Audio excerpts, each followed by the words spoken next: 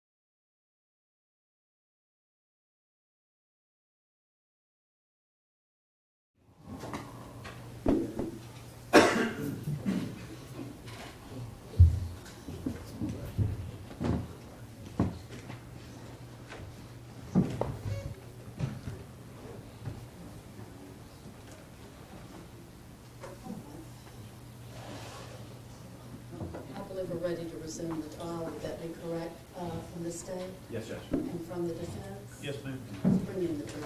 Yes, ma'am.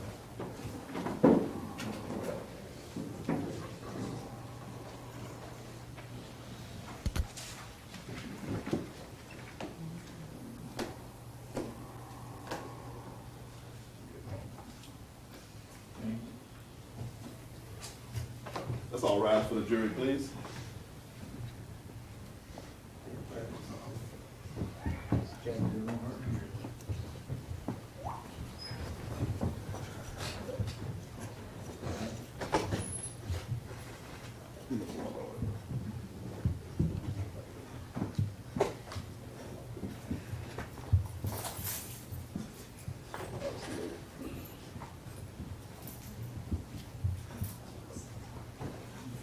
Be seated, please. Please be seated. Ladies and gentlemen, I hope you enjoyed your lunch. We're ready to resume the trial of the case. The state will proceed, Mr. Board. Thank you.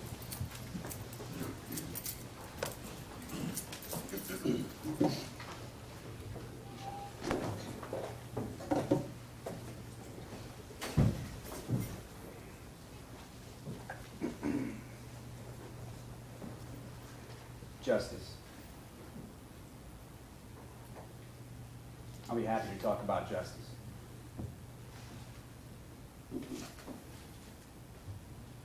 Justice for that little boy. That 22-month-old child whose life was taken from him. The defense wants to talk about what could be more beautiful than the words, "not guilty."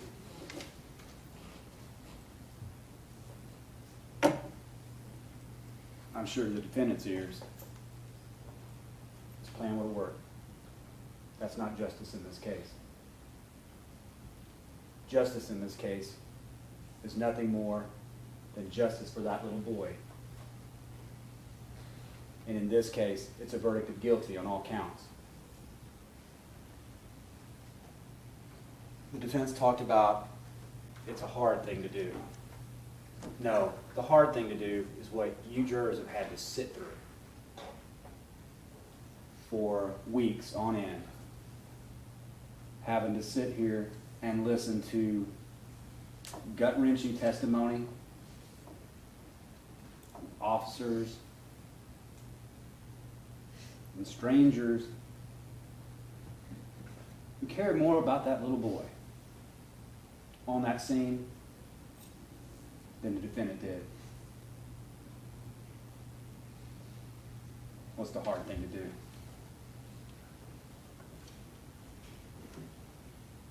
And I know it wasn't lost on any of y'all. That little video played there at the end with the defendant playing at the guitar with Cooper. Something the defendant cared more about bringing into his workplace on June 11th, after stopping by Chick-fil-A, than he did his kid a week later. You want to tell me about justice? The only justice in this case, in this courtroom today, is a verdict of guilty on all counts. Now, before I sat down in my first part of the closing, I posed several questions for y'all to be thinking about. And it's funny, I was thinking over the lunch break, I wonder if the defense actually addressed these things, because these were very important, crucial parts of their case in opening and things throughout the case that they told you were going to be something to pay attention to. Was the defendant sexting before he got to Home Depot on June 18, 2014? They never directly answered that. Because, as they like to say, they got it wrong. One of the biggest cruxes of their case, they got it wrong in opening. Because he was, and they got it wrong, and they can't admit it because he is guilty. To admit that would be to admit guilt. Did the defendant live a double life? Yes, absolutely he lived a double life, and we know it. They don't want to say it, but the evidence shows it. How many things did Dr. Brewer agree lessen the likelihood of a failure of memory systems? Didn't address that once. And that car seat. Is this how the scene looked on June 18, 2014? If that's how it is, based on the defense's own experts, the defendant is guilty of all counts.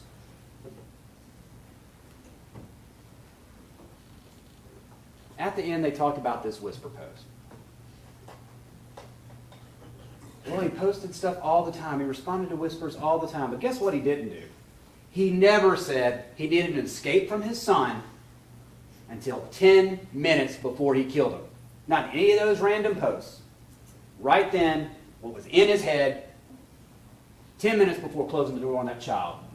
That's how he was feeling 10 minutes before doing it.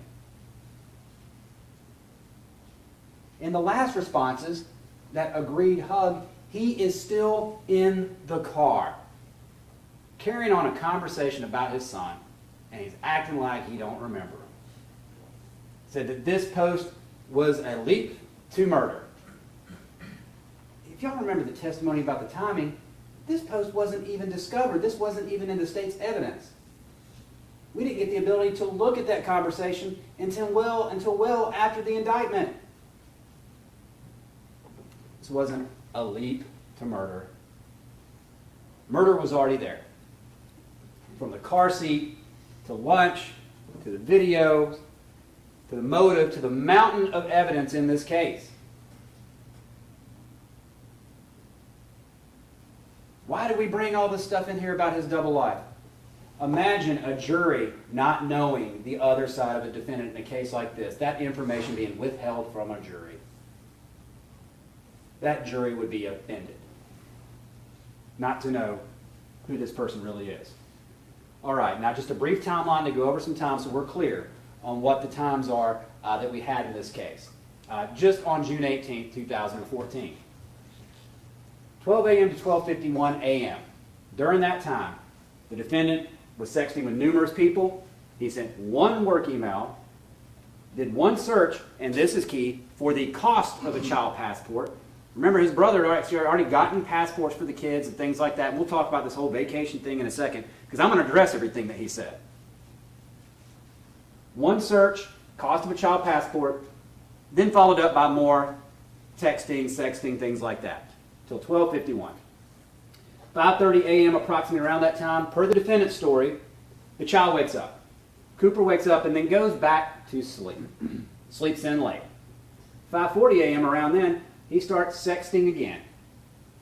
And importantly, that morning, in the hours there with Cooper at the house before he goes to Chick-fil-A, he sends one last message to Janie Meadows, who's broken his heart, and she doesn't respond. 6:30, you heard that his wife wakes up.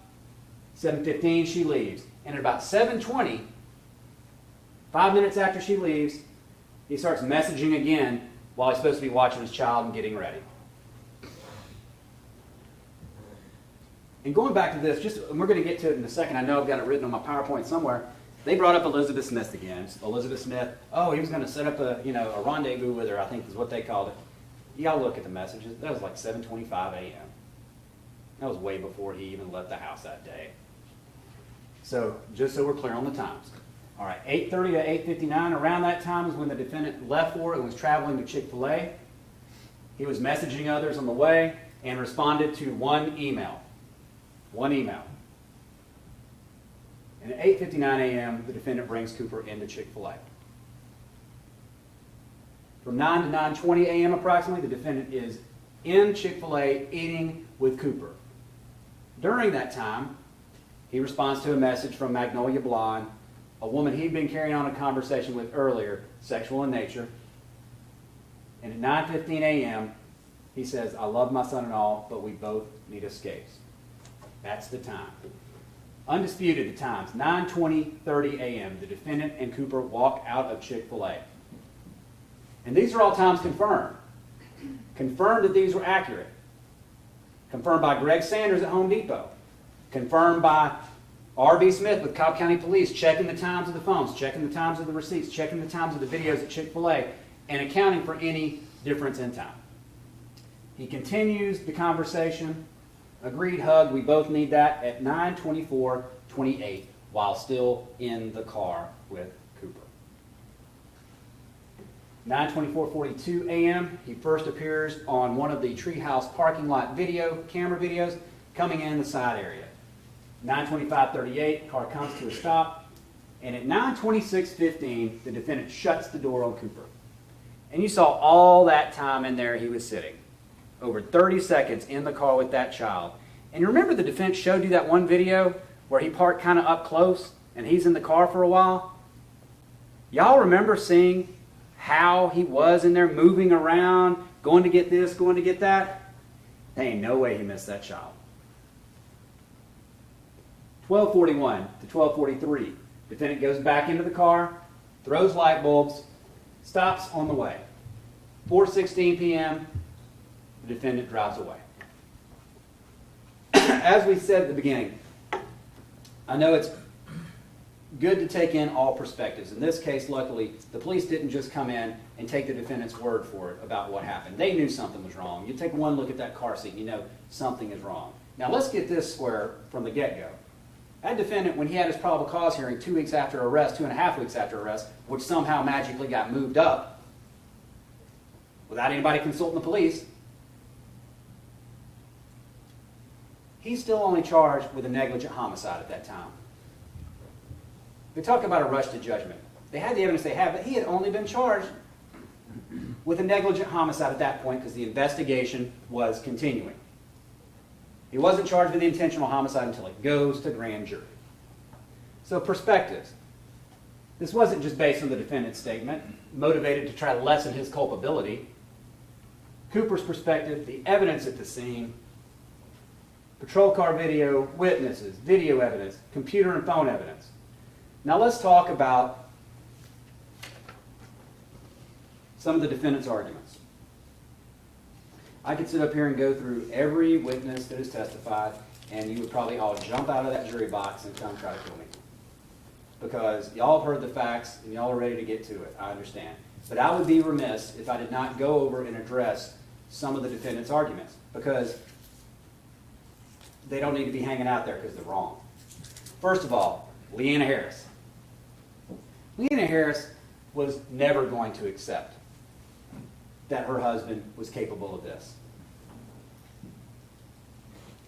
Leanna Harris stayed with this man for years. You saw how she is. She finds out her son's dead, and the first thing she asks about is her husband. You have to feel some sort of, she kind of got treated like a doormat for years.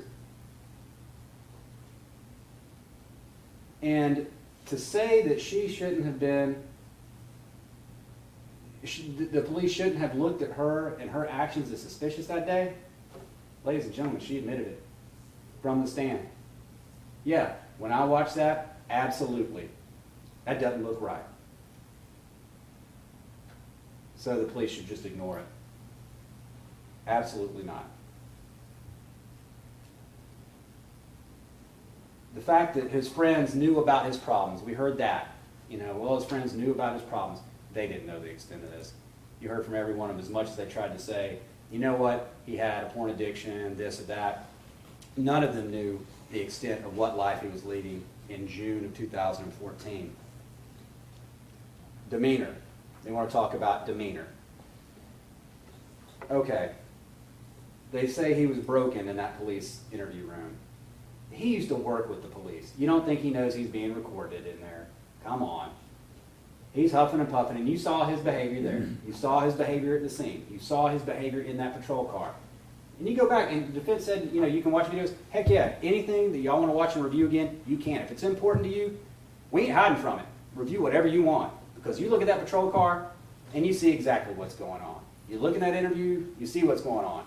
And then you see the difference, and when we get real emotion from this man, when he's been arrested, and he knows the jig is up.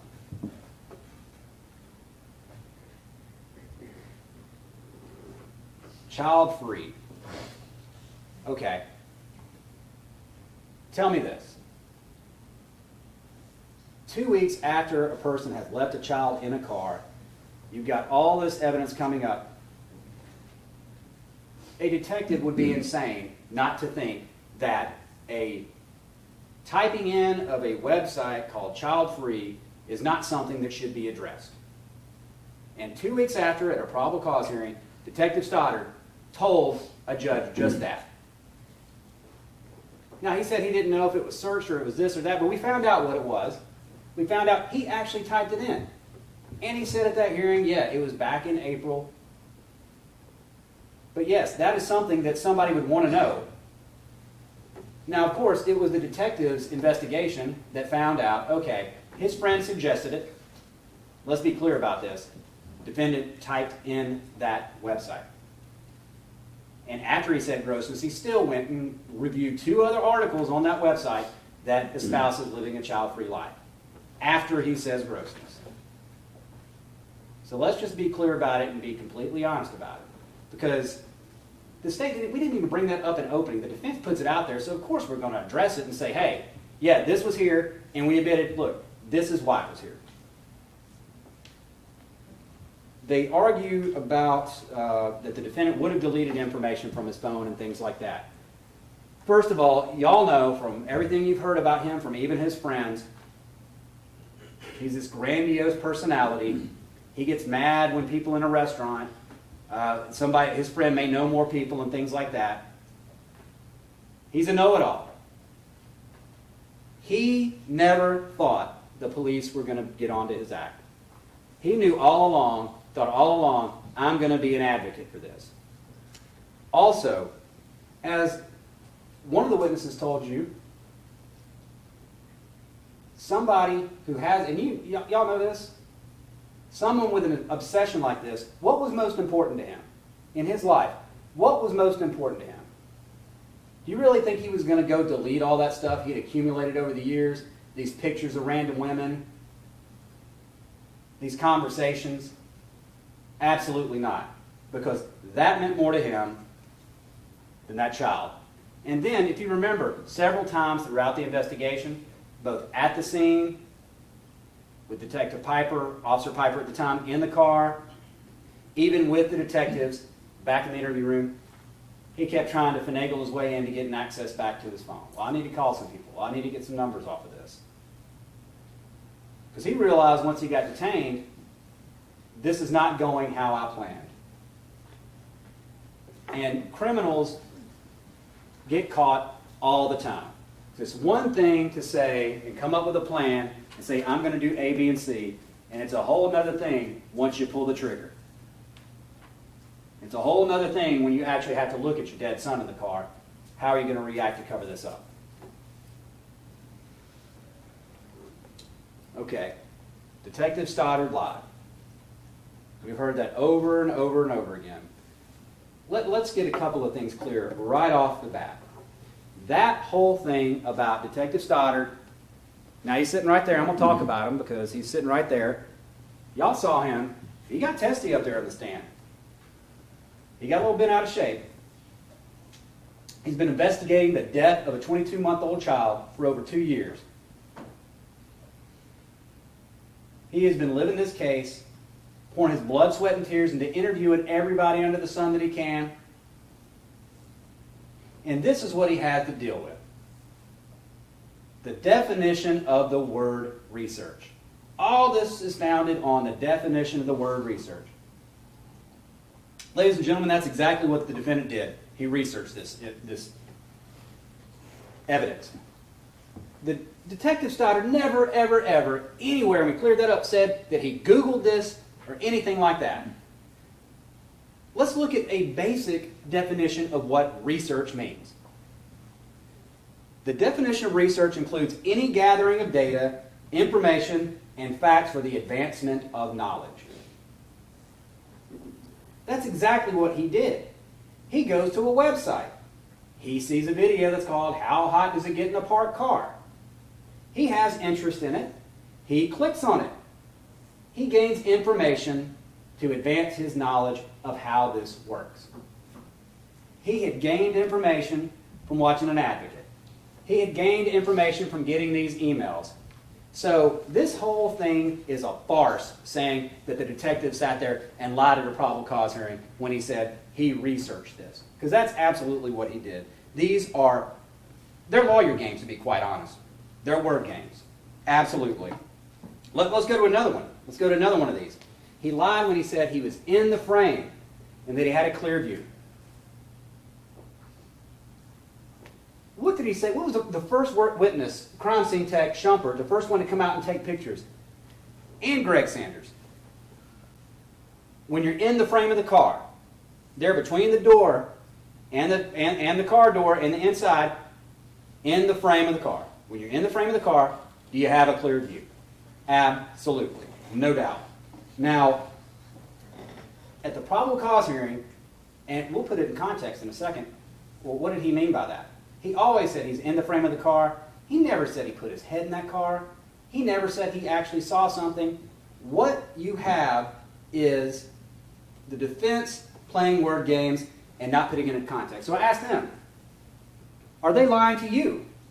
Because what they did not talk about in their defense was the rest of his testimony in the probable cause hearing. Remember, I had to bring it out and show it to him, where he was asked those questions. And he said back then, at that date, no, his head never was in the car or anything like that. It's premised on lawyer tricks. That's absolutely what it is.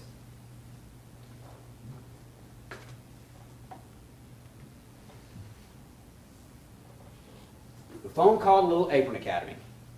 Officer said that these are officers on the scene and citizens that said it looked like he was talking on the phone when they showed up. Detectives have that information. They look at the phone records, and there's a phone call to Little Apron Academy to that toddler room that's 5 to 6 minutes, depending on what type of record you look at. Of course they're going to follow up on that. They went and followed up to see what would happen, to see if maybe voicemail kicked in or this or that. No, the phone would ring and ring. It would not stay on for 6 minutes. Obviously, what would have happened is that he made a call, it got connected, and then it stayed on after the phone got taken out of his hands. Because you see, that time of that call was before he got detained.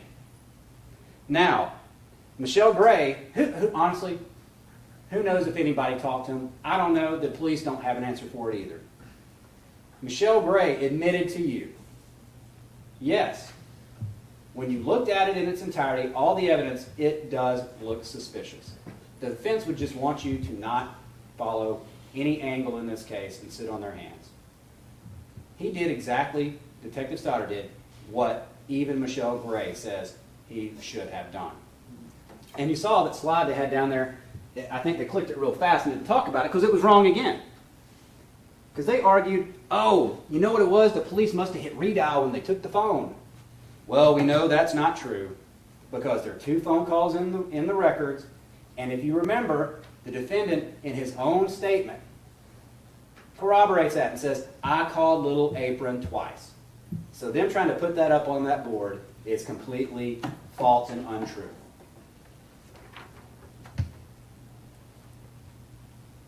Okay, the smell. Let's talk about inside the car and outside the car. Who are the 3 people who went inside the car on the evening of June 18, 2014? Lieutenant Farrell, Detective Stoddard, and Kerry Grimstead. So all 3 of these detectives are going to come up here and risk their careers and make that up. Y'all saw the demeanor of those officers, those detectives. Those were the only 3 who went in there, of course. Now the defense is saying, well, Shumpert was right up there. He told you he never went inside that car. He had his camera out and was taking pictures from outside the car. And in addition to that smell inside the car, we have corroboration from Dr. Frist, who told you and explained during cross-examination, I know they didn't want to hear it, but explained what you would get upon opening that door to that car after that child out there baking in the sun for hours. The gas is being released from that child. The sweat, the urine. Call it what you want, decomposition, death, urine. There is no doubt when he got in that car, it was going to be wretched. And then even that, not even just inside that car after it's been closed up, at the scene, this child, the people who got down with that child, and he's talking about firemen and people like that. There was no testimony that any of these people got up on that child, any of these random firemen. You had Peyton Barwick who came up to assist the child. You had the officers who told you, we were concentrating on trying to revive this kid. What do we know in addition to Detective Grimstead, Detective Stoddard, and Lieutenant Farrell? When they got down by that child, even though the child had been out in the elements for some time, out there in the open, you had Martin Jackson, said that child had a smell, urine, diaper, whatever, coming from that child. Crime scene tech Shumpert, and James Hawkins, a man who you saw carried this burden realer than almost anybody here, who lost a child before, and who sat there telling you while he was trying to save this poor child's life, trying to breathe life into this little child, not giving up hope even though it was obvious, the lieutenant was gone, walked away.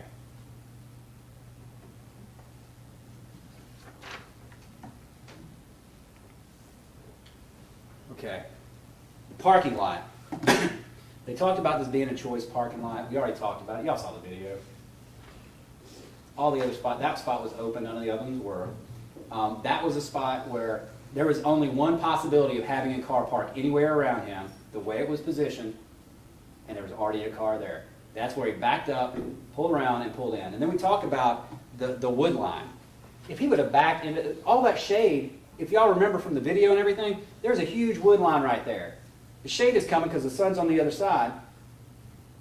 If he'd have, that child, the car never would have gotten a bit of sun if he'd have backed into that wood line. We talk about passersby.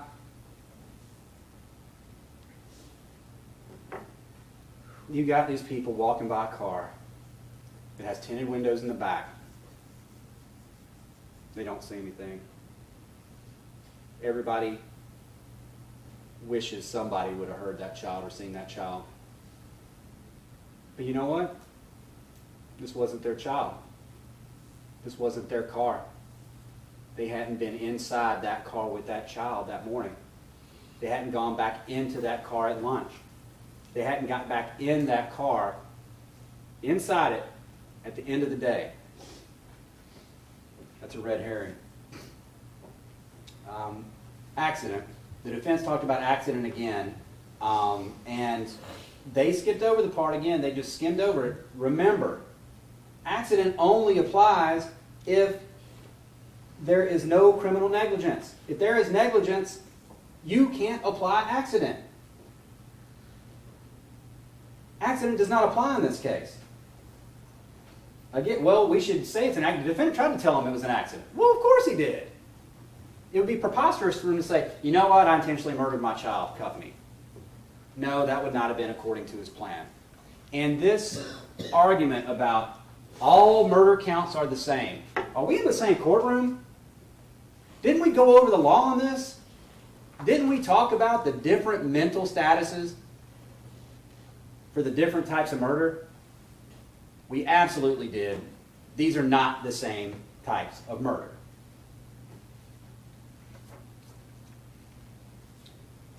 Okay, we got a couple of examples, kind of going back to the whole criminal negligence and things like that, some arguments by the defense.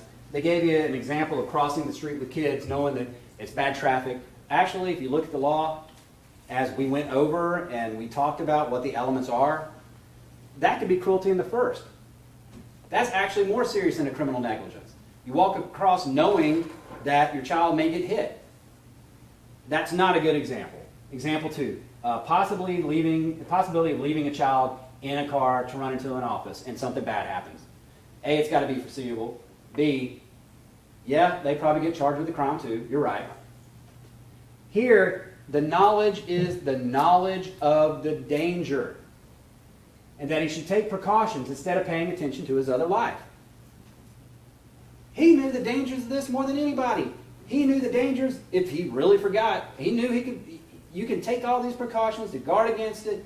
And if he was fatigued like they tried to sell you on, guess whose fault that was? That was his. But ladies and gentlemen, this was no negligence. This was intentional. The false memory, and this is one thing key. The defense said, you know what? We know he had that false memory created when he got to Home Depot. No. For this thing to make sense, this whole crazy argument, he would have had to have created that false memory, oh, I've already taken him to daycare, before he even got to the light. He would have had to already have that in his head. Oh, I've taken him to daycare, thus I've forgotten. That doesn't make any bit of sense, ladies and gentlemen. Not a bit, because he would have had to have forgotten before he made that turn. And then we talked about Elizabeth Smith and cleared that up. So y'all are clear. That was way earlier than taking the child to daycare. Okay. Another argument. The state's not going to address ill will or hatred and that issue. Obviously, they must have done their PowerPoint before I got up and talked because, yeah, I addressed that head on in our first close. So, yeah, we addressed the issue of ill will or hatred, and we told you that's not required under the law. And you heard from the defense witnesses, you heard from everybody, you know what? While this person may on one hand love his child, if history has taught us anything, humans are capable of awful, awful things, especially selfish humans who are obsessed. Also, the state's intense hatred. We said there was intense hatred. We never said that once. There were witnesses who said Ross was a good dad. Tons of them. I'll say that everybody that came in this courtroom that had worked at Little Apron or were friends with the defendant, they said he appeared to be a good dad. Daycare workers more than anybody know. What you see with the family that comes in there to daycare, not always exactly the family and the person that you're going to see behind closed doors. No one, none of these people, this defendant was so good that nobody that came in this courtroom, even the people closest to him, knew what he was involved with. Not a single one. Also, he was a good dad. He loved Cooper. Well, he also allegedly loved Leanna. And we saw how that went and how he treated her. And Defendant's Exhibit 65. The defendant argued about this in their closing and said, well, he must have forgotten Cooper. Because, see, he messaged somebody and said he's awesome an hour after this. A, if he's mentioning Cooper an hour after this, he full well has not forgotten his son. But B, they're trying to argue it here one way. It's exactly the opposite of the way they did in opening. Remember in opening, when they said they got the times wrong? That's one of them. Exhibit 65. Exhibit 65 in opening, they said that was done before he dropped off Cooper. That's not correct. Now they're changing as the evidence changes. In their eyes, they're trying to change their argument. And he said, yeah, my son's awesome in response to one of the comments of that whisper poster. He wasn't going to respond, yeah, I'm killing my son right now. That's not what he was going to do. Okay, the vacation. Let's talk about, and these are all things that we brought out in our case in chief. We're not hiding from the facts because these facts actually support the state's case. Let's talk about the entirety of what this vacation evidence is. I'm not going to get up here and throw papers on the ground and, the state just disregarded it. Let's look at let's be adults about it. Let's look at what the evidence actually is. Okay? Vacation. They talked about throughout this entire case how the defendant would talk about stuff he really didn't mean or talk big about things. There's no doubt he wanted to go on a vacation. We know the day before the death he had Googled a sandals vacation with Antigua. He talked big, he thought big, absolutely. June 9th, when they had this text conversation, he Googles, and let's keep in mind remember he's already complained about how expensive kids are and things like that in posts. Remember, June 9th, do kids cruise free? Can kids cruise free? Things like that. June 18th, that late night, early morning, 12:48, Google. Passport fees. He's not Googling anything like how awesome is a trip for a kid, or what are the accommodations, or anything like that. But again, what is the real timeline here? What is the real timeline of this stuff? June 9th, there's this text conversation. Michael Bajents, he's going to follow through. He's actually gotten his kids passports in preparation to go on a vacation. What has defendant done over there? Googled something one day and then did not a thing. Until, and that's why these texts were important, and why he didn't go into them, was because they show the defendant is guilty, and they show that their recitation of this is not accurate. On the 17th of June, Amy Bajents texts the defendant. Hey, have you talked to that travel agent? The defendant responds later that afternoon, yeah, I'm just waiting to hear back from her. And we saw the evidence. He hadn't talked to her. He hadn't done a darn thing. What did he do? Then he sends out an email a couple of minutes later and sends it on to Heather Crowe. Why didn't the police go talk to her? Well, we'll cover that in a minute, but we had the email from her, and guess what? He never responded and never did a thing that day to that email. So anyway, what's the real timeline? They email back and forth, and then that morning, he gets an email. At 9:35, 10 minutes, actually less than 10 minutes, after leaving that child in the car, he gets an email back from her about details of a vacation. There's your trigger. There's one of those things that Dr. Brewer told you, yep, that's going to make it less likely this was some fault, this memory failure. Not only that, he Googles, in a brief seconds period of time, Carnival Elation, which y'all are going to have this with you. You're going to have the emails. It was for 5 people. It was almost $3,000. It was not a vacation for Leanna and Cooper. It was not a vacation room for them to be in. Did he ever Google any of those other rooms? No. Did he ever forward that email to the Bajents? To Leanna? To anybody? No. You know what? This big thing about how would he have been Googling vacations June 9th? How would he have web searched something if he intended on killing this kid? Hours before he did it.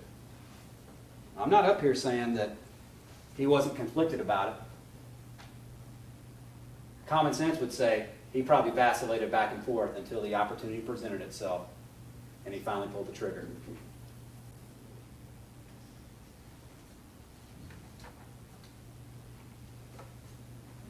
House hunting, concern for a good school. Okay, we didn't bring that up because guess what? In the email the police had, in May, he told the realtor, you know what, we're not going to be moving anytime soon. We don't have any immediate plans to move. They also argued the defendant was already doing what he wanted. This man was obsessed. He could not get enough of what he had going on, and he could only get it when the opportunity presented himself. Of course, his child was a burden that was in the way of doing exactly what he wanted to do as much as he wanted to do. What does he have to gain? Well, he doesn't have to worry about taking care of his child anymore. He doesn't have to worry about that responsibility. Oh, he's going to destroy his job. Ladies and gentlemen, he told y'all through his statements and everything, he thought he was going to be an advocate. He thought this was going to work out just peachy. Jim Persinger and the Griffin Site thing. Well, first of all, yeah, I'll tell you that. We got to eat that one. That, the way the witness said, okay, Griffin psychology, this, that, and the other, that was wrong. I mean, that was just flat out wrong. But Mr. Evans got up there and corrected it, like, sir, were you aware that, you did this last second thing? Were you aware that the defendant actually had an innocent explanation for it? Well, no, I wasn't. We weren't hiding that. Was it wrong? Absolutely. And you know what? Write a letter to us about that instance, complain to county commissioners up in Cobb County, do whatever. Do not do injustice for Cooper because of that. Okay, everyone, and regardless of that, everybody here, even the defense expert, says that there's no web history on that phone before June 17th. We're not sitting up here telling you he went in and intentionally deleted it all. What we're saying is the defense argued there's no evidence on his phone of any of all this other stuff. Well, the reason, if there were, there wouldn't be any, because there's no web history before June 17th. Incriminating stuff on the phone, we already talked about that, about why it would still be there and what is most important to him. Okay, mistake of fact. Please listen to this part, please, because the defense, again, in their closing argument, just told you one part of it. They read you the charge on mistake of fact. Again, what they left out and what they did not tell you is that if it's due to negligence, it doesn't count. You cannot use mistake of fact. If for some reason, under the sun, he had created some false memory before he even gets to that intersection that he had dropped the child off at daycare, it doesn't apply if it's due to his own negligence. Okay, his routine, they talked about it. The 2 days he would drop off Cooper, the defense said, yes, there were 2 days on those receipts that he had dropped off Cooper and then went to the Chick-fil-A. And guess what? On one of those 2 days that he went to Chick-fil-A after dropping Cooper off, he remembered to get his guitar, not a living being, out of the car, out of the back, and take it in. Chick-fil-A didn't screw him up on that day.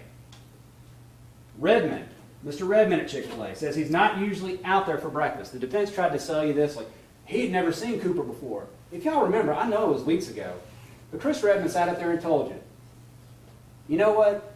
If I'd have seen him in the store, it would have been most likely at lunch. I'm not out there during breakfast. And how do we know? They said, you know what? We only have objective evidence of 2 occasions that he came in Chick-fil-A. June 18th and March. It's not true.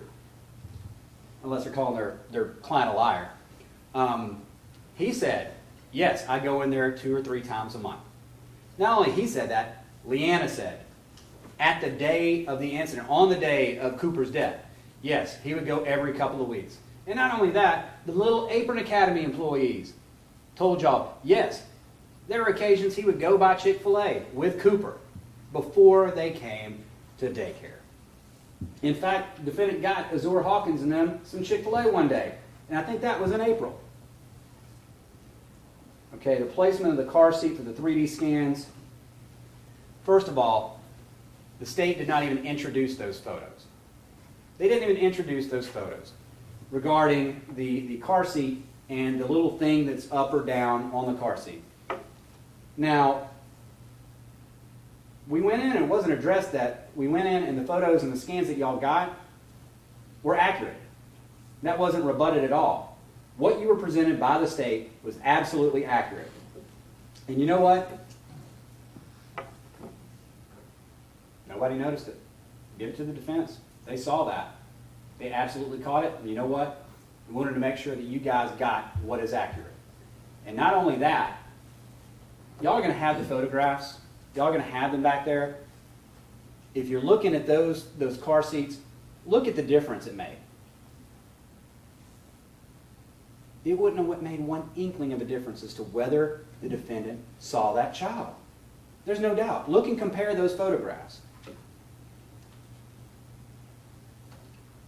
And then the defense put up those photographs and showed you photographs that were introduced by Leanna's mom in the car seat, first of all, in April of 2014. Also from a perspective that was nowhere even near what a person in the driver's seat of the car would be seeing at night, in the dark, with the child leaning forward. Obviously, Cooper was not happy to be in that car seat at that time. And not done with measurements. Not done on the day of the incident how that car seat was. The car seat had been taken out before, then, and after and put back in that car. We know how it looked June 18th. And consider this. That was based on measurements and measurements of the child at the time of his death. The medical records that got introduced, Cooper was just over 31 inches back in March. He was 33 inches at the time of death. He was 2 inches taller. And also, the person who brought those photos in and tried to tell you that those were how Cooper looked in June of 2014, she told you also that the doll's head was bigger than Cooper's. That's not true. Y'all are going to have the photographs of that doll's head being measured. 18.5 inches. Detective Stockinger had the medical records.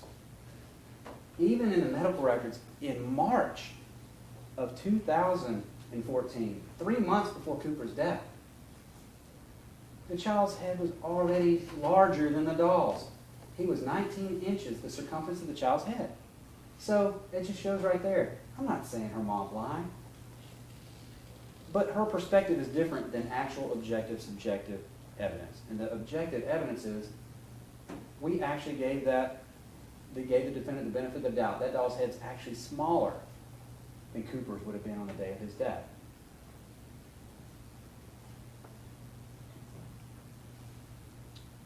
All right.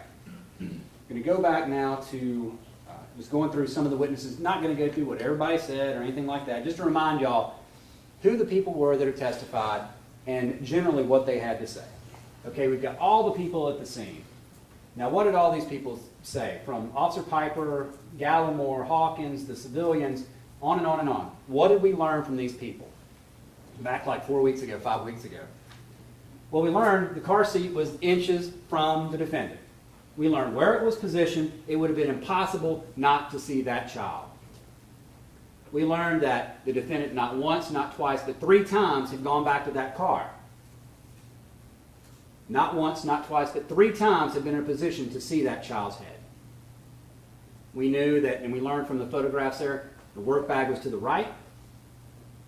We saw that the back and rear passenger windows were tinted, the front windshield and front door windows were not. And y'all saw that it was small inside of that vehicle. We also learned about the defendant's demeanor, how it was inconsistent, that he never called 911. What would any reasonable person do? They would have called 911. And he put that child on the hot pavement and walked away while strangers tended to him. Gave a history to Officer Piper and Barwick, said that he didn't do a second look.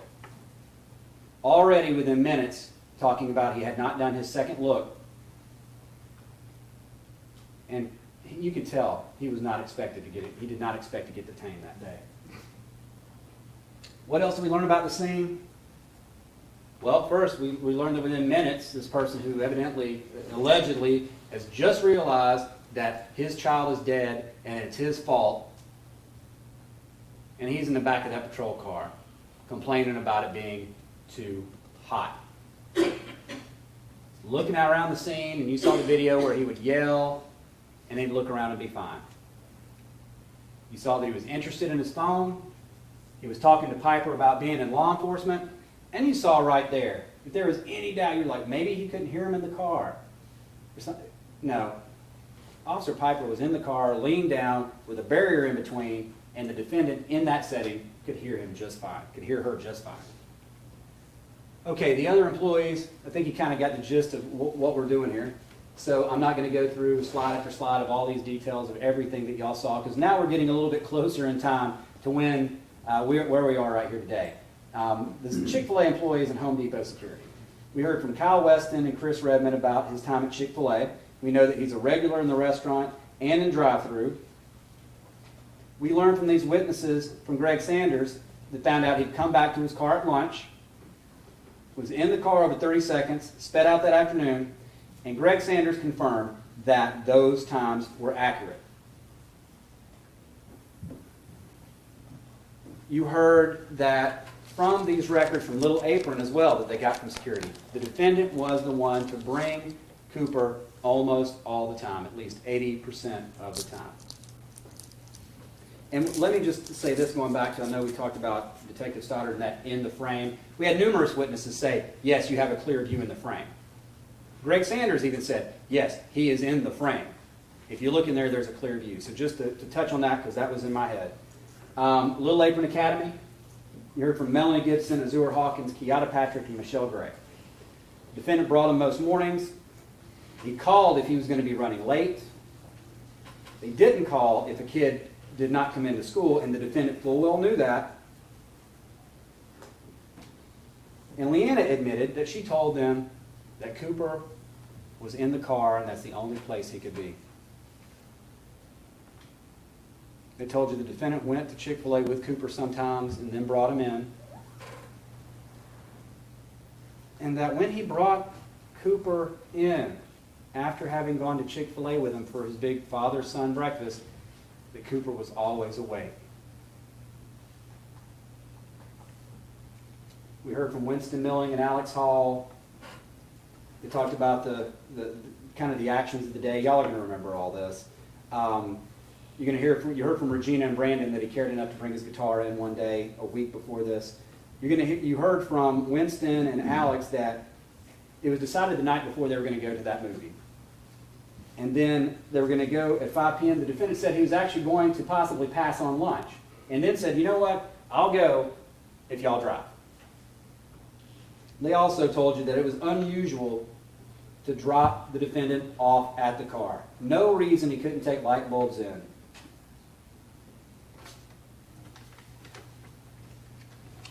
Let's talk about that for a second. First of all, as far as the return to lunch, look, this screen, you can't see these photographs very well on this screen. Y'all are going to have these enhancement photos with you back there in the jury room. You got 7:45 here, 7:31, 7:23, 7:36. I'm going to ask you to look at all these. And look at all these enhancement photos when you're back there. You tell me, when you stop frame by frame looking at these photographs, what he was doing. Y'all just look at it and let me know.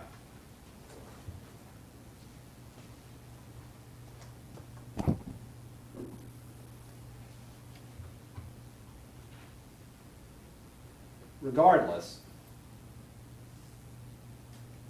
let's just say you can't tell what he's doing when he walks away. Let's just say that. You can't say if he's looking back or not. Remember we talked about circumstantial evidence? What makes good common sense? What makes common sense about why he did those things? He had left his son in the car. He came back to that car.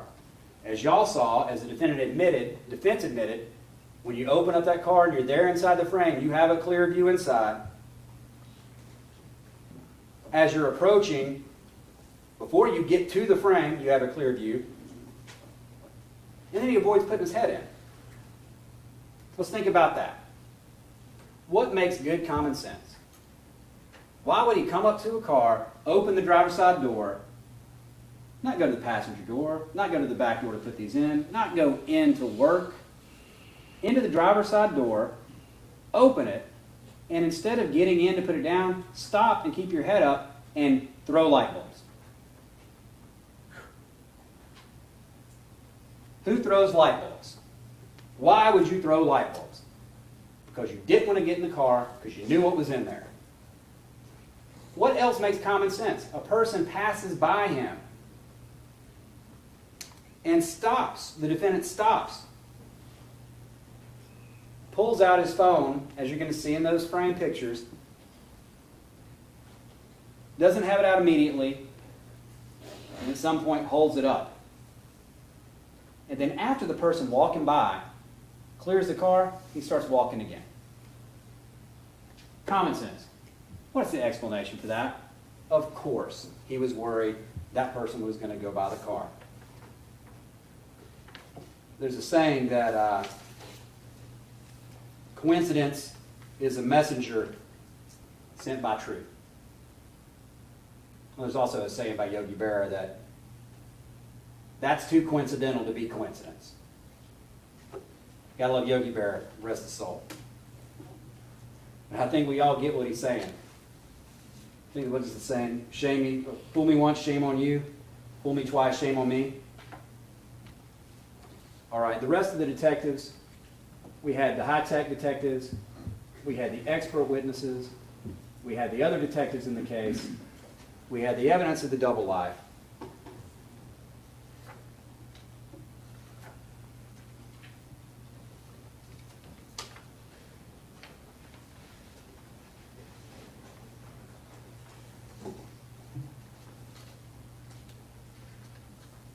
Again, the stills you're going to have back there. You know, I've quite possibly beaten a dead horse, so I'm going to skip through these last few slides, which actually, I told you all of it in opening, and guess what? We've stuck to our promises, and we've told you everything in these slides. We told you what it was going to show, and we did show it. His post-interview statements, malicious intent, the triggers. Y'all are going to remember all of these triggers. Dr. Brewer had to answer the questions about them. These, again, through the defense's own expert, show this defendant is guilty. The triggers. Get to work okay? Yep. Cooper's name right there above it. All those triggers. Things that were not his routine. Not routine to skip lunch in order to work. Not his routine to have friends drop him off at his car instead of the office. And think about it. When he asks Leanna at the end of the day, 3:16, what time are you picking up my buddy? The defendant knew full well she was picking him up. The only reason he would have had to ask her what time she's picking him up is she's checking as to when she's going to leave to get there. He had no other reason in the world because he was going to the movies that night. Again, the knowledge and state of mind, the advocate, the look again campaign, how hot does it get in a parked car, and the defense argument about this jury view. The defense, to you, admitted it was obvious to anyone. And none of you actually got in the car. The defendant was in the car that you saw that morning with that child. He was in there with them that afternoon, and those people that walked by never went inside that car like the defendant did. Common sense and these reasons show this defendant is guilty.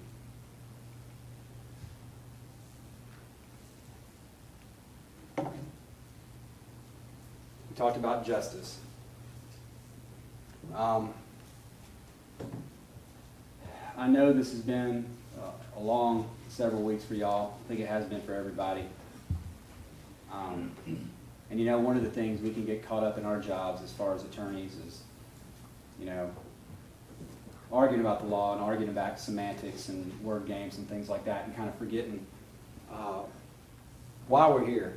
You know, a lot of times attorneys will make excuses for common sense. Excuses that distract us from what is so obvious and right there in front of you.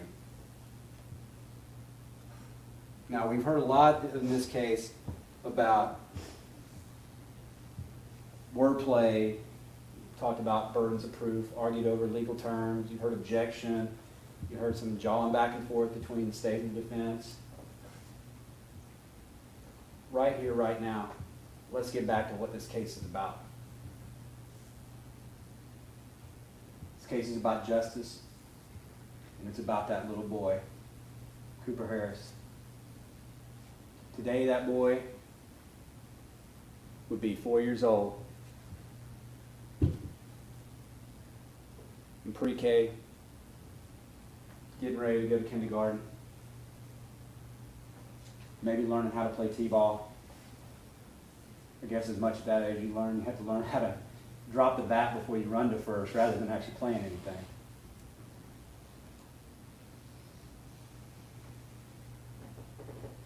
But he's not. He's not here with us because that defendant took him. That defendant took his life for his own selfish, obsessed reasons.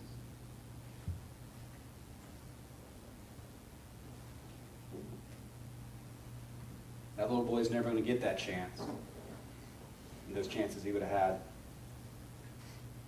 We've heard a lot about excuses for this defendant, which have been turned away at every stop. But who's going to speak for Cooper? Who speaks for Cooper?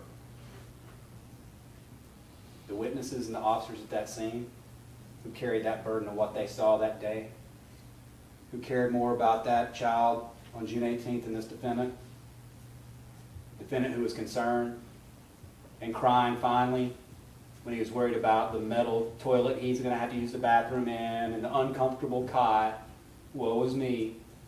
His child was dead. The evidence speaks for Cooper. And they can't bring him back. But what can be done is justice. And you as a jury have the opportunity to do that justice. Now there's a Latin phrase that hangs over the Supreme Court. And I'm not going to say I know Latin, I can speak Latin for the darn, but I do know what it says. And it translates to this.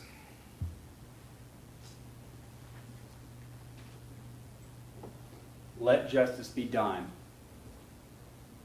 though the skies may fall. In this case, justice is justice for Cooper in that call. Justice in this case is a verdict of guilty. Justice in this case is holding this defendant responsible. Thank you. Ladies and gentlemen, close your notepads. I'll send you for a short recess. Open mind, no conversation about the case. Y'all take a step out. Let's all rise and jury, please. Please watch your step going down.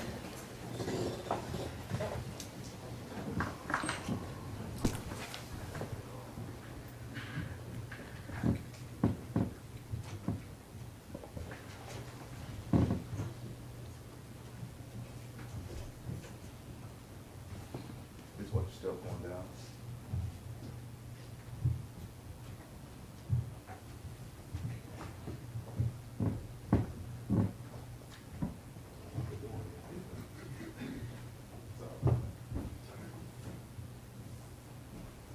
Please be seated. Please be seated. Has the state had a chance to review the charge to be sent with the jury? I briefly read over it, yes, Judge. Yes. Skimmed it. I'd like to look at it a little bit more during the break. Okay. Are we going to take a break? Yes, because I figured you'd want to look at stuff. I Yes, mean, ma'am. seriously, and they're taking a break, so we have to take a break. I'm looking at my watch to see what's a reasonable period of time. Can we meet back at 5 till, Yes. I'll tell you what, if you all want, I'll just send my staff attorney and talk to you, decide to see if you've got suggestions or problems, see if I can't iron them out. Is that okay with everybody if I do it that way? Yes, ma'am. Take 10 minutes. I'll send Ms. Walker and Ms. Collins in after that.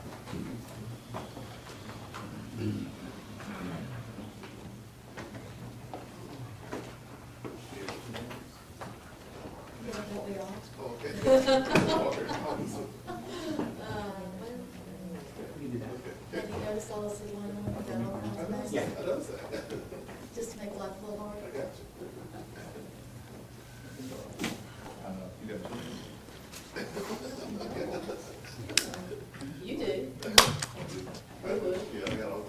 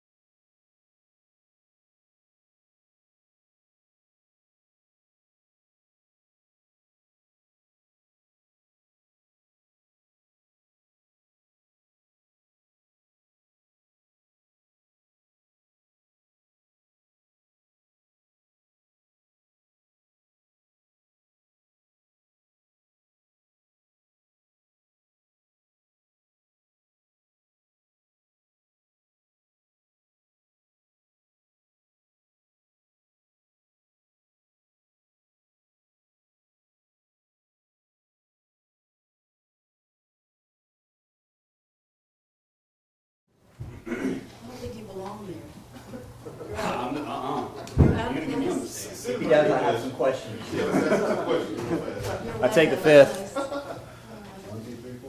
See, I just wanted some water. All right.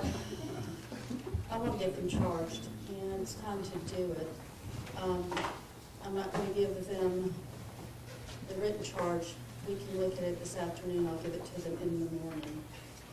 And my charge is ready to go. So the one thing about the bias toward the parties, language I added.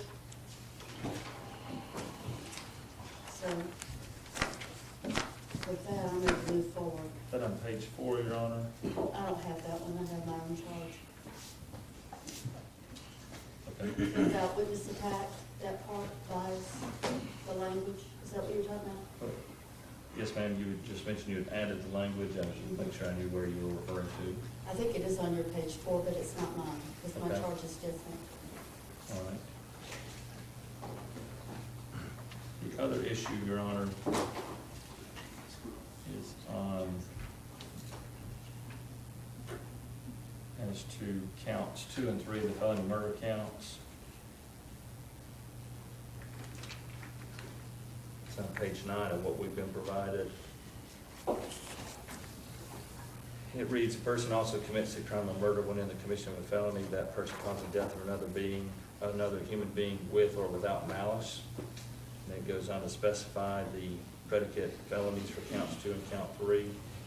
First, count 2 does require malice. Count 3 requires criminal negligence. Our request is that with or without malice phrase that's in parentheses in the pattern charge not be added in the felony murder intro, simply because it makes a confusion, because there in fact does require malice as to count 2. And we simply leave it with, there has to be a commission of a felony, and that felony, as to count 2, does require malice, and as to count 3 requires criminal negligence. That seems to resolve the confusion the easiest way. What says the state? We're opposed to having it removed. The difference between malice murder and felony murder is that for felony murder, there is no requirement of a showing of malice as defined in the malice murder provision. I think your next 2 charges adequately cover the elements of the underlying offenses. And because I don't think there's any confusion that you have to find the malicious element of cruelty in the first, which is defined very differently than malice in the first degree. Malice murder, that is to say. I did make a suggestion to the defense that, in the spirit of compromise, we wanted to add language after with or without malice, comma, unless it's an element of the underlying felony offense as defined by the court. I don't think that's necessary. I think it's kind of surplus language. However, when I made that suggestion, they said they didn't want that. So having made that decision that they don't want that, I'd ask that you just leave the pattern charges as they are. We'll follow the pattern. Anything else? And you're including what's in parentheses in the pattern then, as it's stated, as you gave it to us. Mhm. All right? And you may have already corrected down below there, counts 2 and 3, refers to counts 2 and 3 in the indictment, and then the predicate felonies should be count 4 and 5, as opposed to count 2 and 3 again.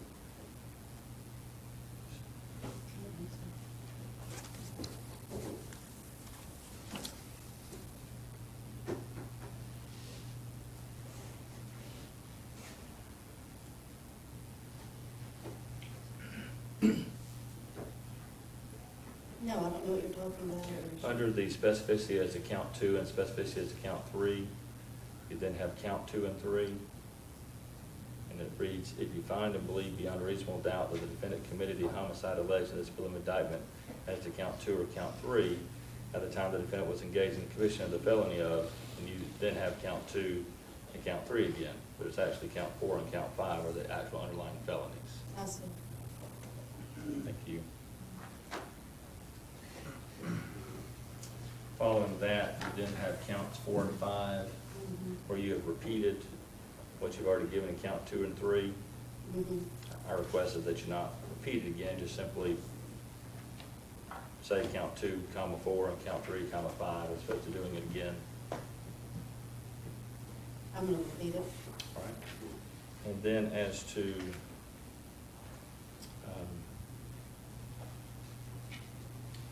the bottom of that page, that's an issue that we dealt with before. I don't think we'll reserve our objections as we had before. We'll take that up after the court gives a charge. I did have, as to the overall, if after considering the testimony and evidence presented to you and you go through the counts of the indictment, you had mentioned to us the other day that you weren't going to have it in writing, you were kind of go over that. But you said you wanted it, so I put it in. That's great. I like it being in writing, but I think what needs to be clear, I presume what you were indicating to us orally, you're going to say what's not here, which is if they can find guilt or not guilt as to any one particular count, or all the counts or any combination thereof. I'm gonna take them one by one. All right. And we just don't know what that is until you say it. I guess that's my question, but we'll just listen closely, I guess. Okay? As to the form of the written charge, that would be. The written charge, I'm not gonna give them till tomorrow, and we can have more time to review it, and I can have the benefit of your insights. But you are going to read it to them today, correct? Yeah, but Okay. I'm ready to charge them. Do you want us to put our objections to what you're not charging at the time, or hold those off till you're done? Hold off. You know, the Just traditional want to way, reserve our objections timely. Thank the you. traditional way things are done. Anything else? Explain the jury.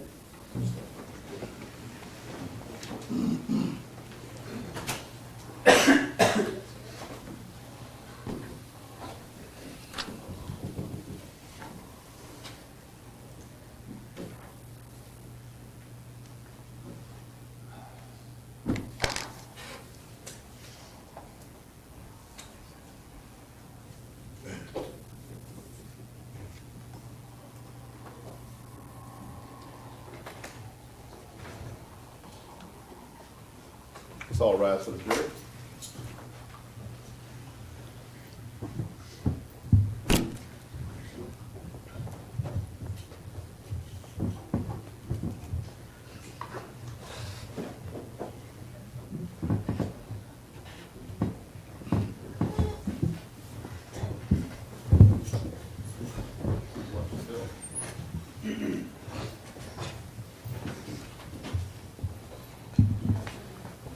Please be seated.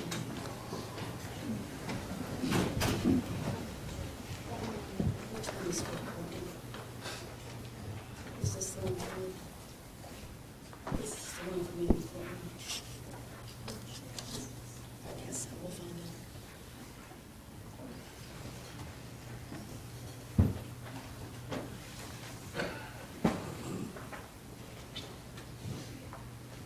Good afternoon, ladies and gentlemen. You are considering the case of the state of Georgia versus Justin Ross Harris. I'm going to give you a verbal charge at this time, and I'm working on a written charge for you to have in the jury room. Bear in mind also that you will have a verdict form to use when you arrive at your verdicts in the case, and you will have the bill of indictment along with the evidence in the case. Thus, you are considering the case of the state of Georgia versus Justin Ross Harris. The grand jury has indicted the defendant with the offenses of count 1, malice murder, count 2, felony murder, count 3, felony murder, count 4, cruelty to children in the first degree, count 5, cruelty to children in the second degree, count 6, criminal attempt to commit a felony to wit, sexual exploitation of children. Count 7, dissemination of harmful material to minors. Count 8, dissemination of harmful materials to minors. The indictment reads as follows. State of Georgia versus Justin Ross Harris. General Bill of Indictment 14-3124. State of Georgia, County of Cobb.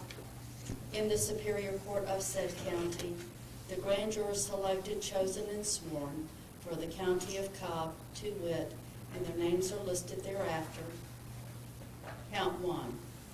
The grand jurors aforesaid, in the name and behalf of the citizens of Georgia, charge and accuse Justin Ross Harris with the offense of malice murder, for that the said accused person in the County of Cobb and State of Georgia on or about the 18th day of June 2014, did unlawfully and with malice of forethought cause the death of Cooper Harris, a human being, by placing said Cooper Harris into a child car seat and leaving him alone in a hot motor vehicle, contrary to the laws of said state, the good order, peace, and dignity thereof. Count 2.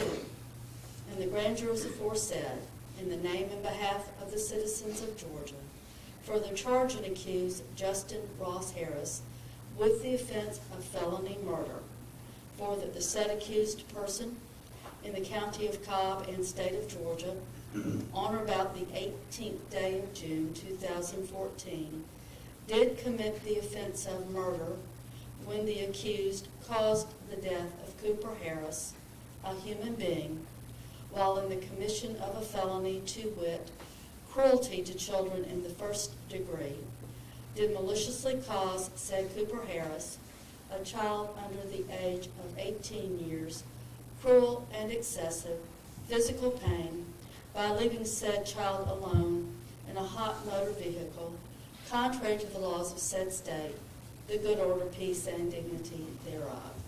Count 3.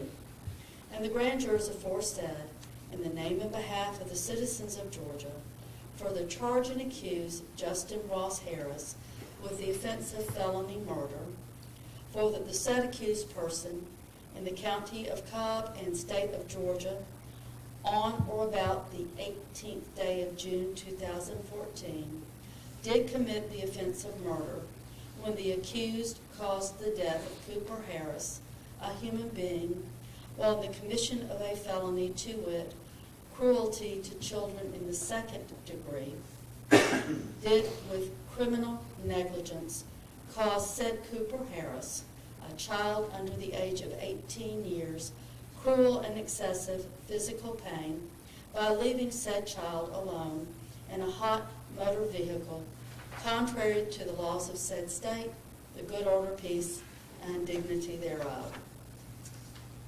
Count 4.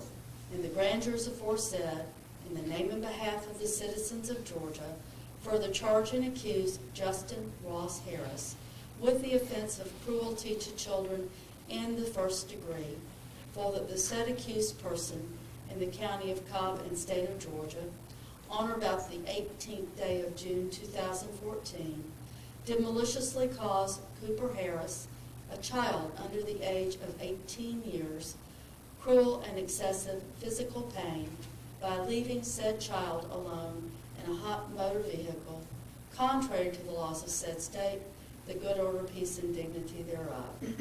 Count 5. And the grand jurors aforesaid, in the name and behalf of the citizens of Georgia, further charge and accuse Justin Ross Harris with the offense of cruelty to children in the second degree, for that the said accused person in the county of Cobb and state of Georgia, on or about the 18th day of June 2014, did, with criminal negligence, cause Cooper Harris, a child under the age of 18 years, cruel and excessive physical pain by leaving said child alone in a hot motor vehicle, contrary to the laws of said state, the good order, peace, and dignity thereof. Count 6.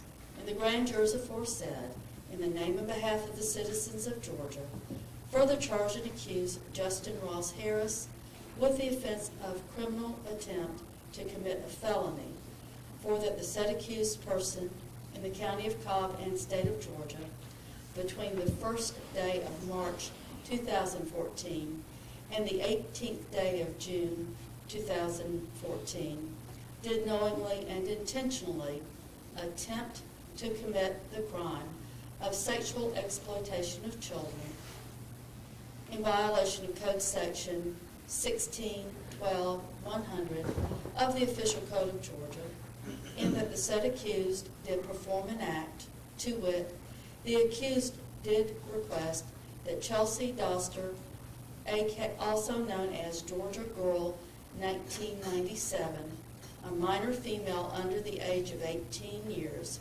provide the accused with a photograph and visual medium involving the lewd exhibition of her genital and pubic area, an act which constitutes a substantial step toward the commission of said crime, contrary to the laws of said state, the good order, peace, and dignity thereof. Count 7. And the grandeurs aforesaid, in the name and behalf of the citizens of Georgia, further charge and accuse Justin Ross Harris with the offense of dissemination of harmful material to minors, for that the said accused person in the county of Cobb and state of Georgia, between the first day of March 2014 and the 11th day of June 2014, did knowingly disseminate and furnish to Chelsea Doster, also known as Georgia Girl 1997, a minor female under the age of 18 years, printed material containing explicit and detailed verbal descriptions and narrative accounts of sexual excitement and sexual conduct, and which, taken as a whole, is harmful to minors, contrary to the laws of said state, the good order, peace, and dignity thereof. Count 8. And the grandeurs aforesaid, in the name and behalf of the citizens of Georgia, further charge and accuse Justin Ross Harris with the offense of dissemination of harmful material to minors, for that the said accused person in the county of Cobb and state of Georgia, between the 6th day of March and the 15th day of June 2014, did knowingly disseminate and furnish to Chelsea Doster, also known as Georgia Girl 1997, a minor female under the age of 18 years, a photograph and visual image of a portion of the human body which depicted sexually explicit nudity, to wit, a photograph and visual image of a male in a state of undress, so as to expose the male's genitals, and other depiction of uncovered male genitals in a discernibly turgid state, and which, taken as a whole, is harmful to minors, contrary to the laws of said state, the good order, peace, and dignity thereof. Signed, D. Victor Reynolds, District Attorney.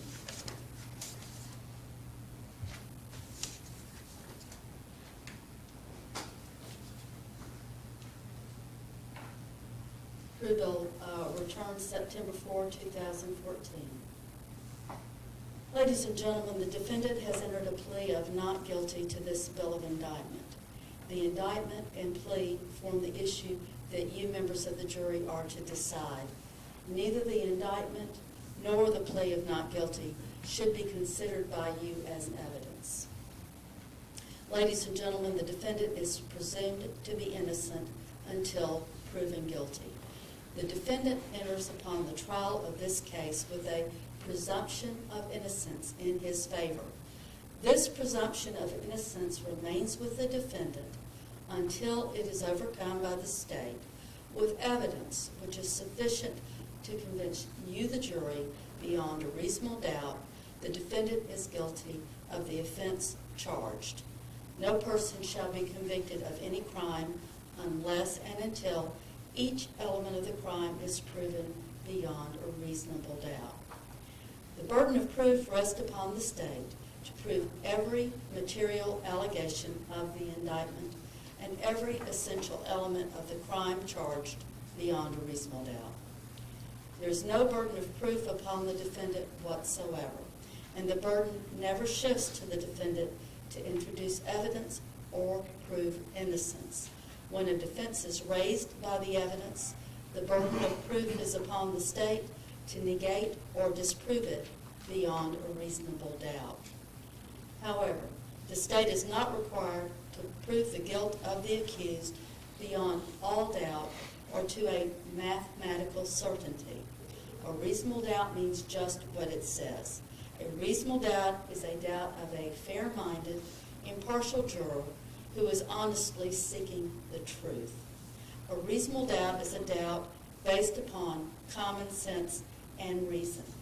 A reasonable doubt does not mean a vague or arbitrary doubt, but is a doubt for which a reason can be given, arising from a consideration of the evidence, a lack of evidence, or a conflict in the evidence. After giving consideration to all of the facts and circumstances of this case, if you find your minds are wavering, unsettled, or unsatisfied, that is a doubt of the law, and you must acquit the defendant. But if that doubt does not exist in your minds as to the guilt of the accused, then you would be authorized to convict the defendant. If the state fails to prove the defendant's guilt beyond a reasonable doubt, it is your duty to acquit the defendant. Members of the jury, facts and circumstances that merely place upon the defendant a grave suspicion of the crime charged, or that merely raise a speculation or conjecture of the defendant's guilt, are not sufficient to authorize a conviction of the defendant. Now, members of the jury, it is my duty and my responsibility to determine the law that applies in this case, and then to instruct you on that law. You are bound by these instructions. It is your responsibility to determine the facts of the case from all the evidence presented to you. Then you must apply the law that I am presently giving you in charge to the facts, as you find the facts to be. Your oath requires that you will decide this case based on evidence. Evidence is the means by which any fact that is put in issue is established or disproved. Evidence includes all the testimony of the witnesses and any exhibits admitted during the trial. Evidence does not include the indictment, the plea of not guilty, the opening or closing remarks of the attorneys, or questions asked by the attorneys. Also, it does not include anything that I say to you. Now, direct evidence is that which may be seen or heard or otherwise directly sensed, such as by smell or taste or touch. It may be brought into court in the form of exhibits or the testimony of direct witnesses to such matters. It is evidence that points immediately to the question, to the issue in question. When direct evidence by inference points to an obvious, likely, or reasonable conclusion, even though that conclusion was not directly seen, heard, smelled, tasted, or touched, that is said to be circumstantial evidence. Circumstantial evidence is the proof of facts or circumstances by direct evidence from which you may infer other related or connected facts that are reasonable and justified to you in the light of your experience.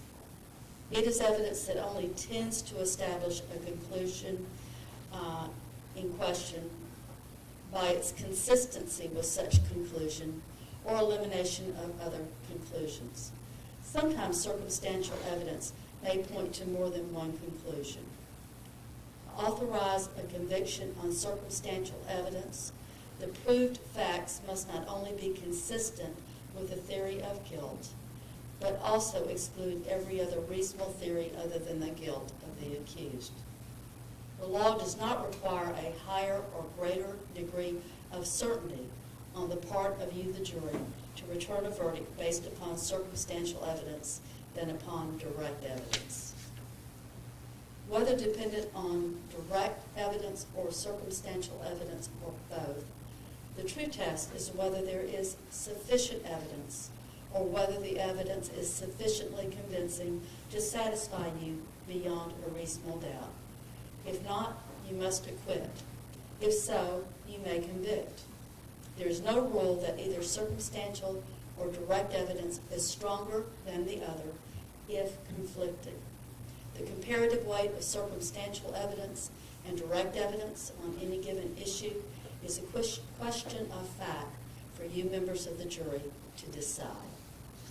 Now, you, the jury, must decide the credibility of the witnesses. In deciding this, you may consider all the facts and circumstances of the case, including the witness's manner of testifying, their intelligence, their means and opportunity of knowing the facts about which they testify, the nature of the facts about which they testify, the probability or improbability of their testimony, their interest or lack of interest in the outcome of the case, and their personal credibility as you observe it. A victim has the right to be present at all criminal proceedings in which the accused has the right to be present. A victim or member of the immediate family of a victim shall not be excluded from any portion of any hearing, trial, or proceeding pertaining to the offense based solely on the fact that such person is subpoenaed to testify, unless it is established that such victim or family member is a material and necessary witness to such hearing, trial, or proceeding. And the court finds that there is a substantial probability that such person's presence would impair the conduct of a fair trial. Testimony has been given in this case by certain witnesses who are termed experts. Expert witnesses are those who, because of their training and experience, possess knowledge in a particular field that is not common knowledge or known to the average citizen. The law permits experts to give their opinions based upon that training and experience. You are not required to accept the testimony of any witness, expert or otherwise. Testimony of an expert, like that of all witnesses, is to be given only such weight and credit as you think it is properly entitled to receive.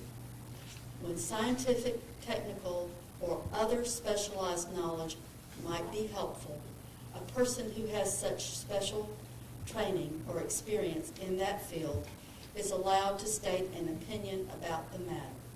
But that does not mean you must accept the witness's opinion. As with any other witness's testimony, you must decide for yourself whether to rely upon the opinion.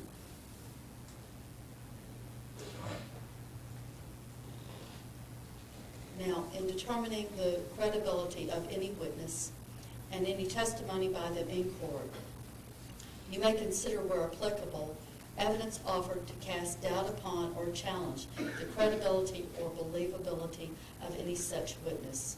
This would include evidence of bias toward a party shown by bad acts, extrinsic evidence, or cross-examination. Specific instances of conduct of the witness in question that may relate to the witness's bias toward a party.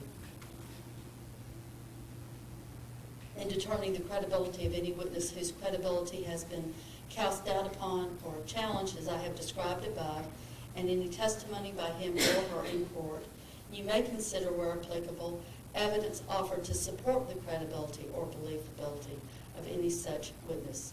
This would include lack of bias toward a party, specific instances of conduct of the witness that may relate to the witness's lack of bias toward a party.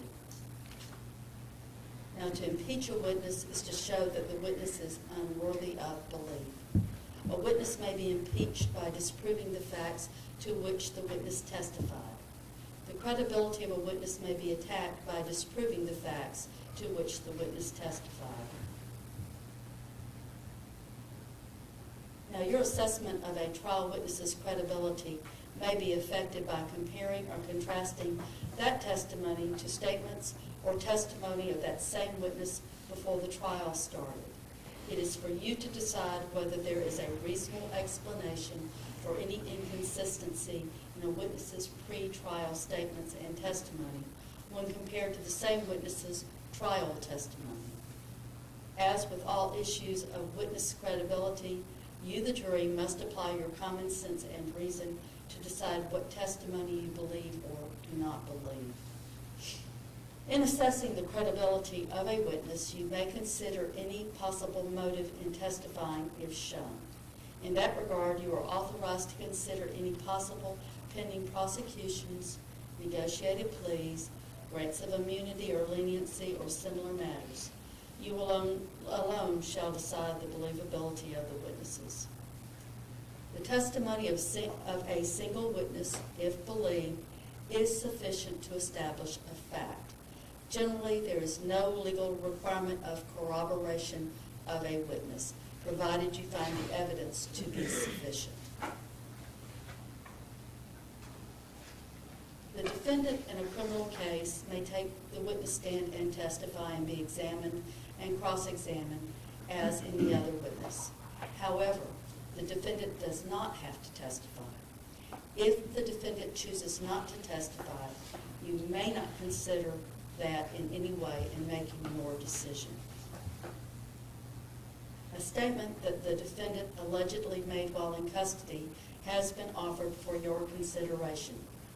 Before you may consider this as evidence for any purpose, you must determine whether the defendant's statement was voluntary and whether the defendant was properly advised of his constitutional rights. To be voluntary, a statement must be freely and willingly given and without coercion, duress, threats, use of violence, fear of injury, or any suggestion or promises of leniency or reward. A statement induced by the slightest hope of benefit or the remotest fear of injury is not voluntary. To be voluntary, a statement must be the product of a free will and not under compulsion or any necessity imposed by others.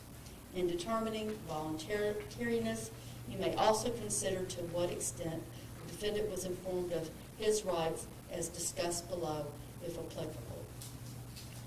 You may consider the duration and conditions of detention as factors relevant to the question of whether or not a statement was freely and voluntarily given. The burden of proof is upon the state to establish that the defendant's statement was voluntary. By that I mean freely and willingly made. If you do not find that the defendant's statement was voluntary, you may not consider it for any purpose. If you find that the defendant's statement was made while in custody and as a result of police questioning, you must also determine whether the defendant was advised of his constitutional rights and whether the defendant clearly understood and knowingly gave up such rights. The constitutional rights that law enforcement officers must explain and that the defendant must understand and voluntarily give up before any custodial statement is taken by law enforcement are as follows. 1, the defendant had a right to remain silent. 2, if the defendant chose not to remain silent, anything he said could be used as evidence against the defendant in court. 3, that the defendant had a right to consult with an attorney before any questioning and to have the lawyer present with him at all times during any questioning. And 4, if the defendant did not have money for a lawyer would have been provided for him to represent him before any questioning and to be present with him during questioning. The burden is upon the state to establish that the warnings of all rights mentioned were given, that they were understood and knowingly given up by the defendant. If you find, as mentioned above, that the defendant's statement was voluntary and that all of the warnings as to the defendant's constitutional rights were given, that the defendant did understand the meaning of what was said and knowingly gave up such rights, then you may consider it as evidence. If so, then you must apply the general rules for testing the believability of witnesses and decide what weight, if any, you will give to all or any part of such evidence. If you fail to find the defendant was properly informed of these rights and that he understood and gave up those rights, you must disregard the statement entirely and give it no consideration in reaching your verdict. You should consider with great care and caution the evidence of any out-of-court statement allegedly made by the defendant offered by the state. You, the jury, may believe any such statement in whole or in part, believing that which you find to be true and rejecting that which you find to be untrue. You alone have the duty to apply the general rules for testing the believability of witnesses and to decide what weight should be given to all or any part of such evidence. The defendant's out-of-court statement that is not supported by any other evidence is not sufficient to justify a conviction, even if you believe the unsupported statement. However, proof by other evidence beyond a reasonable doubt that the crime alleged has been committed may constitute supporting evidence of a defendant's statement, if any, should you so find. The law does not fix the amount of supporting evidence necessary. You must determine whether or not other evidence sufficiently supports a defendant's statement so as to justify a conviction. If you find that there was a statement made by the defendant that was supported by other evidence, the degree of proof necessary to convict is that you be satisfied of the guilt of the defendant beyond a reasonable doubt. Evidence of prior difficulties or lack thereof between the defendant and the alleged victim have been admitted for the sole purpose of illustrating, if it does, the state of feeling between the defendant and the alleged victim. Whether this evidence illustrates such matters is a matter solely for you, the jury, to determine, but you are not to consider that such evidence for any other purpose. Sometimes evidence is admitted conditionally. That is, although you have been permitted to hear the evidence, it is only admitted, and you may only consider it, if you also find certain required but disputed predicate facts which allow you to consider such evidence. If you do not find the conditions necessary in order to allow you to consider the evidence, then you must disregard it completely, even though you have heard the evidence. The defendant is charged with a crime against the laws of the state of Georgia. A crime is a violation of a statute of our state in which there is a joint operation of an act or omission to act and intention or criminal negligence. Criminal negligence is an act or failure to act which demonstrates a willful, wanton, or reckless disregard for the safety of others who might reasonably be expected to be injured thereby. Intent is an essential element of any crime, and it must be proved by the state beyond a reasonable doubt. Intent may be shown in many ways, provided you, the jury, believe that it existed from the proven facts before you. Intent may be inferred from the proven circumstances or by acts and conduct, or it may be in your discretion inferred when it is the natural and necessary consequence of the act. Now, whether or not you draw such an inference is a matter solely within your discretion. Criminal intent does not mean an intention to violate the law or to violate a penal statute, but means simply the intention to commit the act that is prohibited by statute. This defendant will not be presumed to have acted with criminal intent, but you may find such intention or the absence of it upon a considerations of words, conduct, demeanor, motive, and other circumstances connected with the act for which the accused is being prosecuted. Ladies and gentlemen, every person is presumed to be of sound mind and discretion, but this presumption may be rebutted. You may infer, if you wish to do so, that the acts of a person of sound mind and discretion are the product of that person's will, and a person of sound mind and discretion intends the natural and probable consequences of those acts. Now, whether or not you make any such inference or inferences is a matter solely within your discretion as the jury. No person shall be found guilty of any crime committed by misfortune or accident in which there is no criminal scheme, undertaking, or intention, or criminal negligence. An accident is an event that takes place without one's foresight or expectation, that takes place or begins to exist without design. If you find from the evidence in this case that the incident that is the subject matter of this case occurred as a result of misfortune or accident and not as a result of a criminal undertaking or criminal negligence, then it would be your duty to acquit the defendant. When the issue of accident is raised, the burden is on the state to negate or disprove it beyond a reasonable doubt. Any evidence as to misfortune or accident should be considered by you in connection with all of the other evidence in the case.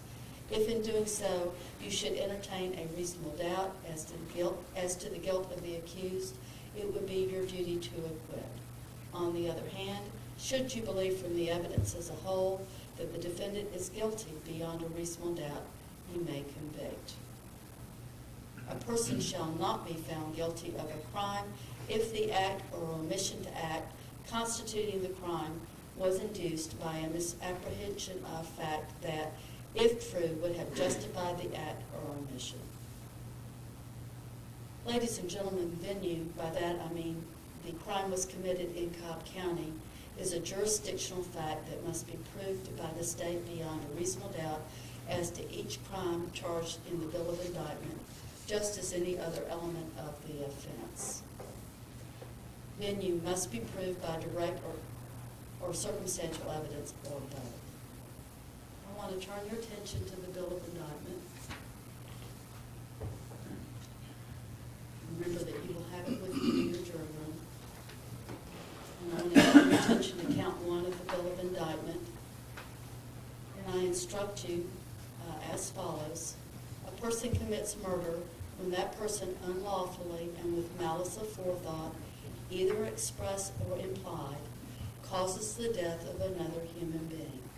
Express malice is that deliberate intention unlawfully to take away the life of another human being, which is shown by external circumstances capable of proof. Malice may, but need not, be implied when no considerable provocation appears, and when all of the circumstances of the killing show an abandoned and malignant heart. It is for the jury to decide whether or not the facts and circumstances of this case show malice. To constitute murder, the homicide must have been committed with malice. Legal malice is not necessarily ill will or hatred, but it is the unlawful intention to kill without justification, excuse, or mitigation.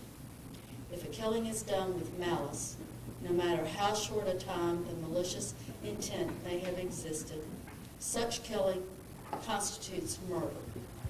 Georgia law does not require premeditation, and no particular length of time is required for malice to be generated in the mind of a person. Malice may be formed in a moment and instantly a mortal wound be inflicted. Yet if malice is in the mind of the accused at the time of the doing of the act or killing and moves the accused to do so, such is sufficient to constitute the homicide as murder. Proof of motive is not essential to constitute the crime of murder. Evidence of motive, if any, is admitted for your determination as to whether or not it establishes the state of the defendant's mind at the time of the alleged homicide. Counts 2 and 3 are the charges of felony murder. Count 2 being felony murder, the felony being cruelty to children in the first degree. Count 3 being felony murder, the felony being cruelty to children in the second degree. I instruct you, a person who commits the crime of murder when, in the commission of a felony, that person causes the death of another human being with or without malice. Under the laws of Georgia, cruelty to children in the first degree and cruelty to children in the second degree are felonies. Looking to count 2. A person commits the offense of cruelty to children when that person maliciously causes a child under the age of 18 cruel or excessive physical or mental pain.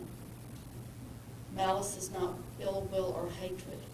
For the purpose of this code section, malice means an actual intent to cause the particular harm produced, and by that I mean physical pain, without justification or excuse. Malice is also the wanton and willful doing of an act with an awareness of a plain and strong likelihood that such particular harm may result. Intention may be shown by the circumstances connected with the offense.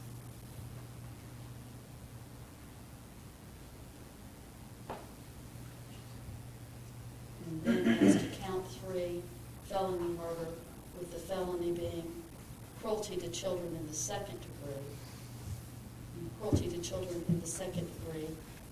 Any person commits the offense of cruelty to children in the second degree when such person with criminal negligence causes a child under the age of 18 cruel or excessive physical pain. And criminal negligence is an act or failure to act which demonstrates a willful, wanton, or reckless disregard for the safety of others who might reasonably be expected to be injured thereby.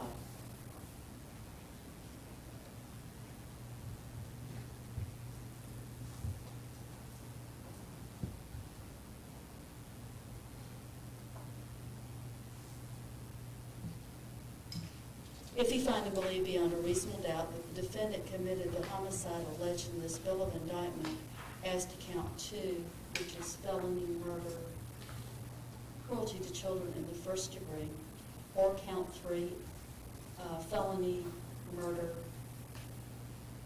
cruelty to children in the second degree, at the time the defendant was engaged in the commissions of felony cruelty to children in the first degree, and that's set forth in count 4, or cruelty to children in the second degree, which will be count 5, then you would be authorized to find the defendant guilty of murder, whether the homicide was intended or not. In order for a homicide to have been done in the commission of a particular felony, there must be some connection between the felony and the homicide. The homicide must have been done in carrying out the unlawful act and not collateral to it.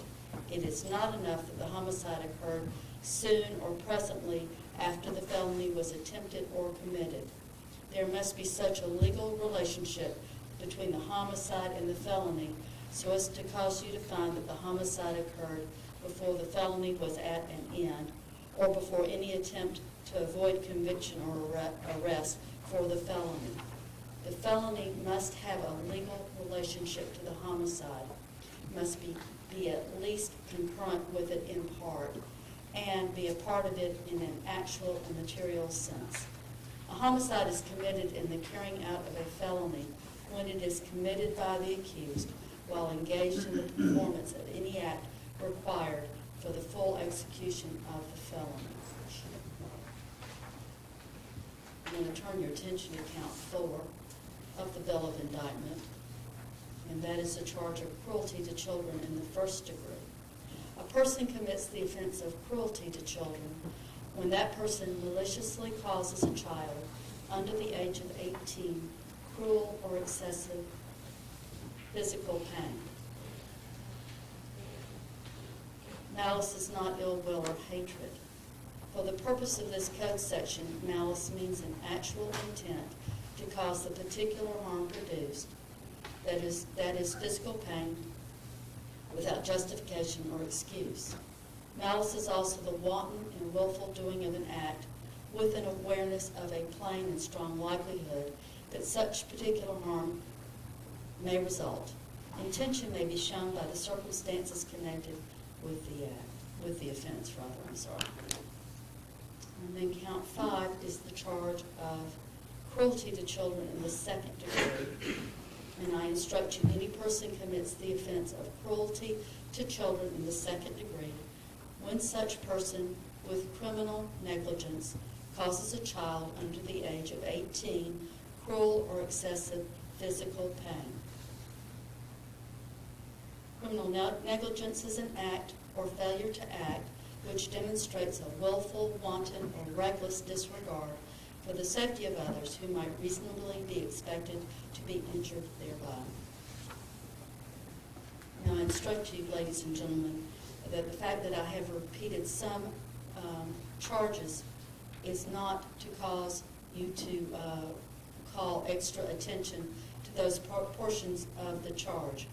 Repetition, if any, is only done to be clear as to each aspect of the charge. You are not to give undue emphasis to any repetition in the charge, but take the charges all together as a complete statement of the law that applies in this case. Calling your attention now to count 6, attempt. And this is a criminal attempt to commit a felony.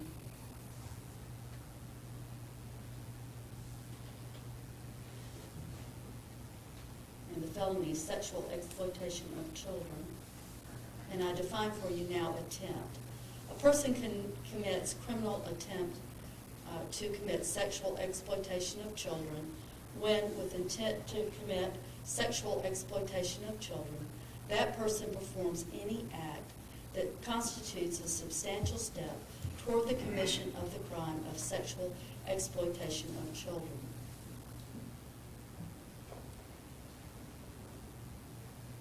In defining sexual exploitation of children, I first need to define certain terms for you.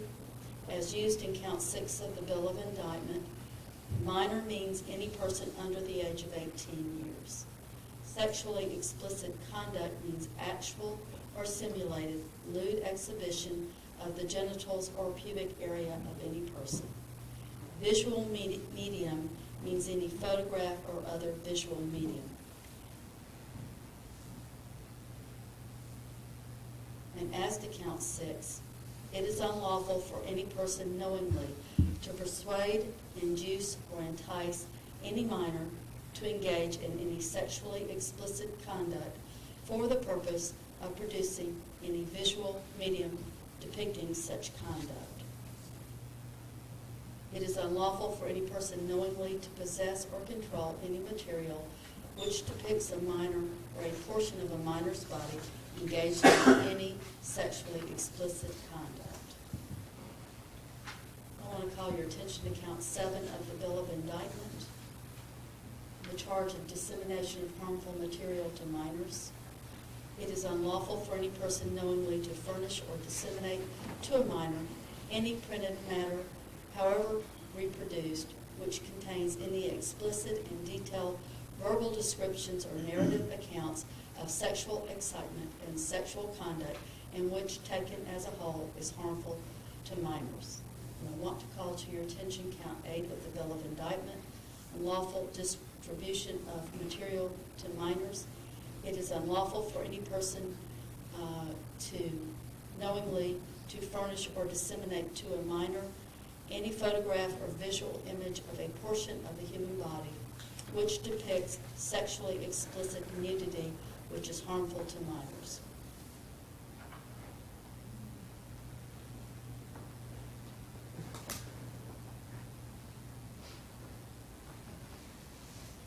Ladies and gentlemen,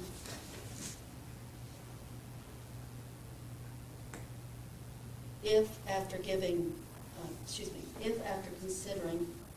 the testimony and evidence presented to you, together with the charge of the court, you should find and believe beyond a reasonable doubt the defendant did in Cobb County, Georgia, on or about June 18, 2014, commit the offense of malice murder as alleged in the Bill of Indictment, you will be authorized to find the defendant guilty.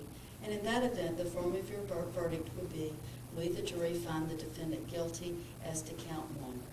If you do not believe that the defendant is guilty, or if you have any reasonable doubt as to the defendant's guilt, then it would be your duty to acquit the defendant, and in that event, the form of your verdict would be, we, the jury, find the defendant not guilty as to count 1. Turning to count 2, felony murder. If after considering the testimony and evidence presented to you, together with the charge of the court, you should find and believe beyond a reasonable doubt the defendant did in Cobb County, Georgia, on or about June 18, 2014, commit the offense of felony murder as alleged in the Bill of Indictment, you will be authorized to find the defendant guilty, and in that event, the form of your verdict would be, we, the jury, find the defendant guilty as to count 2. But if you do not believe the defendant is guilty, or you have any reasonable doubt as to his guilt, then it would be your duty to acquit, and in that event, the form of your verdict would be, we, the jury, find the defendant not guilty as to count 2 of the Bill of Indictment. Turning to count 3 of the Bill of Indictment. If, after considering the testimony and evidence presented to you, together with the charge of the court, you should find and believe beyond a reasonable doubt that the defendant did in Cobb County, Georgia, on or about June 18, 2014, commit the offense of felony murder as alleged in count 3 of the Bill of Indictment, you would be authorized to find the defendant guilty, and the form of your verdict would be, we, the jury, find the defendant guilty as to count 3. But if you do not believe the defendant is guilty, or if you have any reasonable doubt as to his guilt as to count 3, it would be your duty to acquit the defendant, and the form of your verdict would be, we the jury find the defendant not guilty as to count 3 of the bill of indictment. Turning to count 4.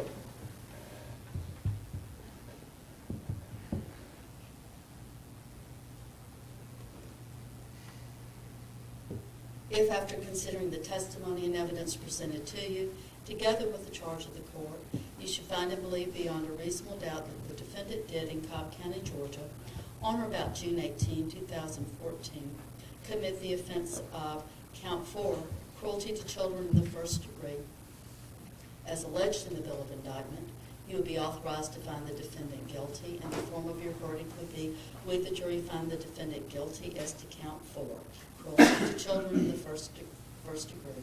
But if you do not believe the defendant is guilty, or you have any reasonable doubt as to his guilt, it is your duty to acquit, and the form of your verdict would be, we the jury find the defendant not guilty as to count 4.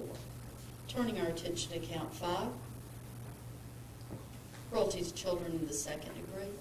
If after considering the testimony and evidence presented to you, together with the charge of the court, you should find and believe beyond a reasonable doubt the defendant did in Cobb County, Georgia, on or about June 18, 2014, commit the offense of cruelty to children in the second degree as alleged in the bill of indictment, you will be authorized to find the defendant guilty, and your verdict would be, we the jury find the defendant guilty as to count 5. If you do not believe the defendant is guilty, or you have any reasonable doubt as to his guilt, it is your duty to acquit. The form of your verdict would be, we the jury find the defendant not guilty as to count 5. Count 6, criminal attempt to commit a felony to wit, sexual exploitation of children.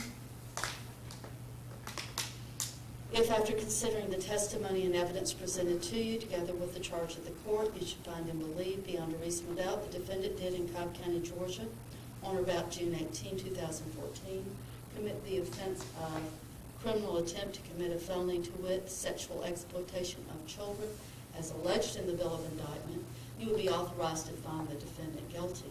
In that event, the form of your verdict would be, we the jury find the defendant guilty. If you do not believe the defendant is guilty, or you have any reasonable doubt as to the defendant's guilt as to count 6 of the bill of indictment, it would be your duty to acquit. Your verdict would be, we the jury find the defendant not guilty as to count 6 of the bill of indictment. Count 7 is dissemination of harmful material to minors. If, after considering the testimony and evidence presented to you, together with the charge of the court, you should find and believe beyond a reasonable doubt that the defendant did in Cobb County, Georgia, on or about June 18, 2014, commit the offense of dissemination of harmful material to minors, as alleged in count 7 of the bill of indictment, you'll be authorized to find the defendant guilty, and in that event, the form of your verdict would be, we the jury find the defendant guilty as to count 7 of the bill of indictment. If you do not believe the defendant is guilty, or you have any reasonable doubt as to his guilt as to count 7 of the bill of indictment, it would be your duty to acquit, and your verdict would be, we the jury find the defendant not guilty as to count 7 of the bill of indictment. Turning to count 8 of the bill of indictment, dissemination of harmful material to minors. If, after considering the testimony and evidence presented to you, together with the charge of the court, you should find and believe beyond a reasonable doubt that the defendant did in Cobb County, Georgia, on or about June 18, 2014, commit the offense of dissemination of harmful material to minors, as alleged in count 8 of the bill of indictment, you would be authorized to find the defendant guilty, and your verdict would be, we the jury find the defendant guilty as to count 8 of the bill of indictment.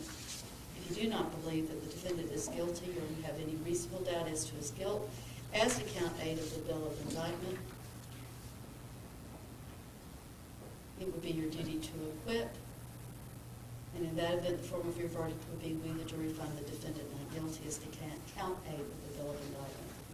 Ladies and gentlemen, by no ruling or comment that the court has made during the progress of the trial, has the court intended to express any opinion about the facts of this case, upon the credibility of the witnesses, about the evidence, or upon the guilt or innocence of the defendant, as these matters are all reserved exclusively for you, the jury. Your verdict should be a true verdict based upon your opinion of the evidence according to the law as I am giving you in charge. You are not to show favor or sympathy to one party or the other. It is your duty to consider the facts objectively without favor, affection, or sympathy to either party. In deciding this, you should not be influenced by sympathy or prejudice. You are only concerned with the guilt or innocence of the defendant. You are not to be concerned, and not to concern yourself with punishment. Now, one of your first duties of the jury room will be to select one of your number to act as your foreperson. Bear in mind, your foreperson will preside over your deliberations and sign the verdict to which all 12 of you freely and voluntarily agree. Start your deliberations with an open mind, as I've told you. Consult with one another. Consider each other's views. Each of you must decide the case for yourself, but you should do so only after a discussion and consideration of the case with your fellow jurors. Do not hesitate to change an opinion if you become convinced that your opinion is incorrect. But you should never surrender an honest opinion in order to be congenial or to reach a verdict solely because of the opinions of other jurors. Now, the notes that you have are for your use only and are not to be shared with anyone until you begin deliberations, and at that point, then you may share them. Bear in mind, notes are not evidence. They are only memory aids, and they should not take precedent over your recollection. It is the duty of each juror to recall the evidence, and while you may consider another juror's notes to refresh your memory, you should rely on your own recollection of the proceedings. Do not be influenced by the notes of other jurors unless their notes help you in determining your own independent recollection. Notes are not entitled to any greater weight than the recollection or impression of each juror as to what the evidence may have been. Whatever your verdict is, it must be unanimous. And by that I mean agreed to by all of you. The verdict must be in writing and signed by one of your members as foreperson. It must be dated and returned to be published in open court. Ladies and gentlemen, 4 of you are alternate jurors. I want you to hold your hand up when I call your names.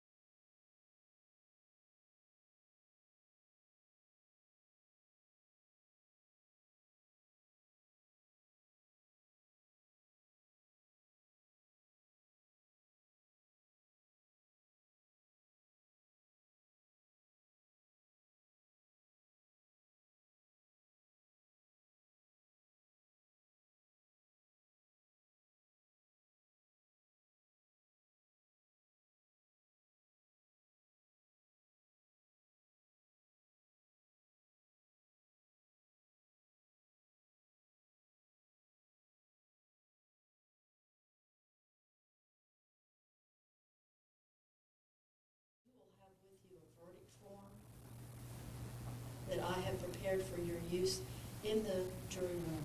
It correlates to the bill of indictment. I want to explain to you how to use it. I'm going to hold it up. I know you can't read it from there, but I'm going to point it out, and I think you'll understand where I'm going with it. It consists of 3 pages. The first page has what's called the style of the case. And the style of the case is the Superior Court of Cobb County, State of Georgia. Then it has the style of the case being the State of Georgia versus Justin Ross Harris, defendant, case number 1493124. And then the bold words, verdict form. Then after that are an entry for each of the counts of the bill of indictment. As to the first count, count 1, malice murder, it reads, we the jury find as follows, count 1, malice murder. As to count 1, we find the defendant blank, this blank day of November 2016. Your verdict will be either guilty or not guilty. Whichever phrase is appropriate is to be written in this blank, dated, signed by your foreperson. And you'll have the same entry for all the other counts. You will have a same entry for count 2, felony murder. You will have an entry for count 3, felony murder. Count 4, cruelty to children in the first degree. Count 5, cruelty to children in the second degree. Count 6, criminal intent to commit a felony to wit, sexual exploitation of children. Count 7, dissemination of harmful materials to harmful material to minor. Count 8, dissemination of harmful material to minors. As to each of those, when you arrive at a verdict, be it guilty or not guilty, insert the appropriate phrase into the appropriate count, and then write out whatever the verdict might be as to each count, dated, sign it by your foreperson. I'm going to excuse you to your jury room, but take no action whatsoever until you receive the indictment, verdict form, and the evidence that's been submitted for your consideration. And I will send you to your jury room. Let's all rise for the jury, please. Please watch your step going down.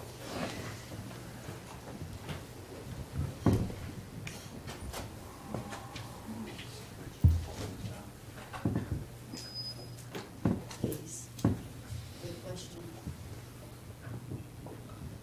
Officer, y'all just step to the side.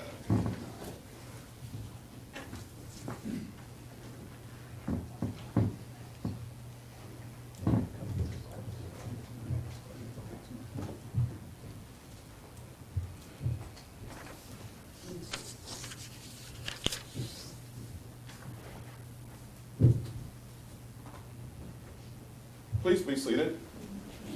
Be seated, please.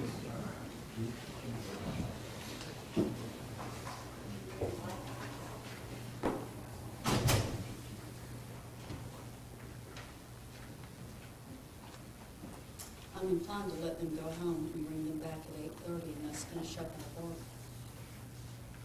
Is there a problem with that for the state? No, Your Honor. Is there a problem with that for the defense? No, ma'am.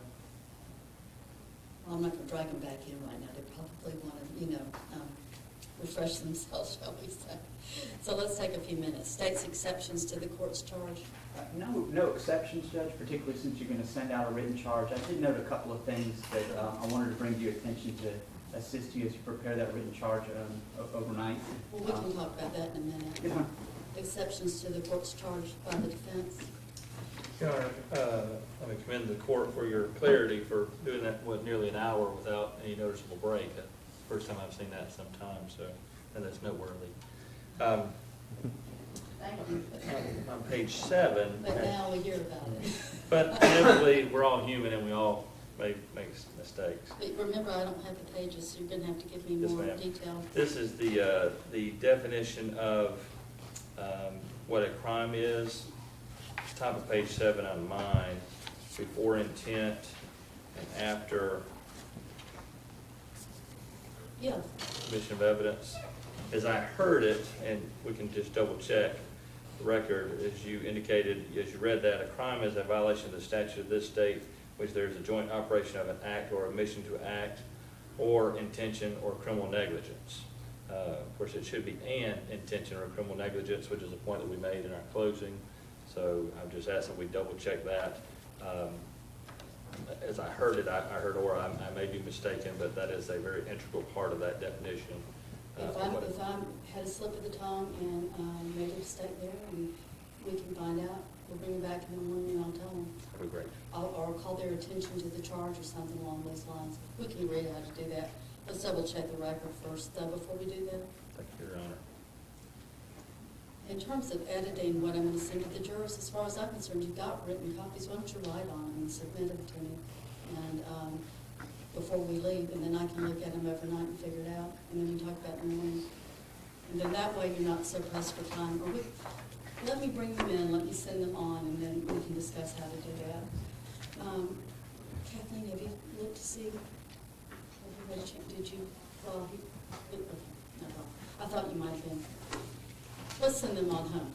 What else? I had to put my other objections to the Oh, I charge. thought you were through. No, ma'am. We also would continue and renew our objection to the failure to give the defense charges 6 through 9 regarding the lesser included as a vehicular homicide, Defense charges 10 through 12 regarding lesser included of involuntary manslaughter. Charges 13 and 14 regarding lesser included as to contributing to the deprivation of a child. Also, defense charges 1, 3, and 4 regarding criminal negligence, and further definition of criminal negligence as we had indicated. And then lastly, the state's charge and the court's ultimate charge regarding statute 16-12-100. Again, renewing our objection to the charges given as it does not track the allegation of the indictment. I'm sorry, I thought you were through, so I apologize for that. Let's send them home and then we'll discuss next steps. How about that? Bring them in, please. And if they have, if they're still, whatever, let me know. Sure.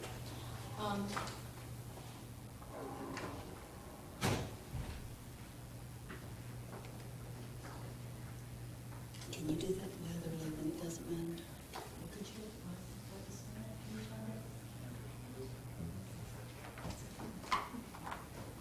I don't expect the unreasonable. Some people do, but I don't. Oh. Yeah.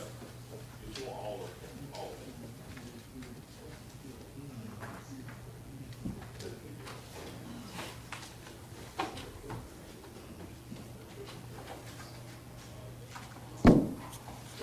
In particular way with the alternates? No, they didn't know. They can sit anywhere. Oh, yeah. Bring them up to them. They can sit anywhere. Yeah, bring them all in.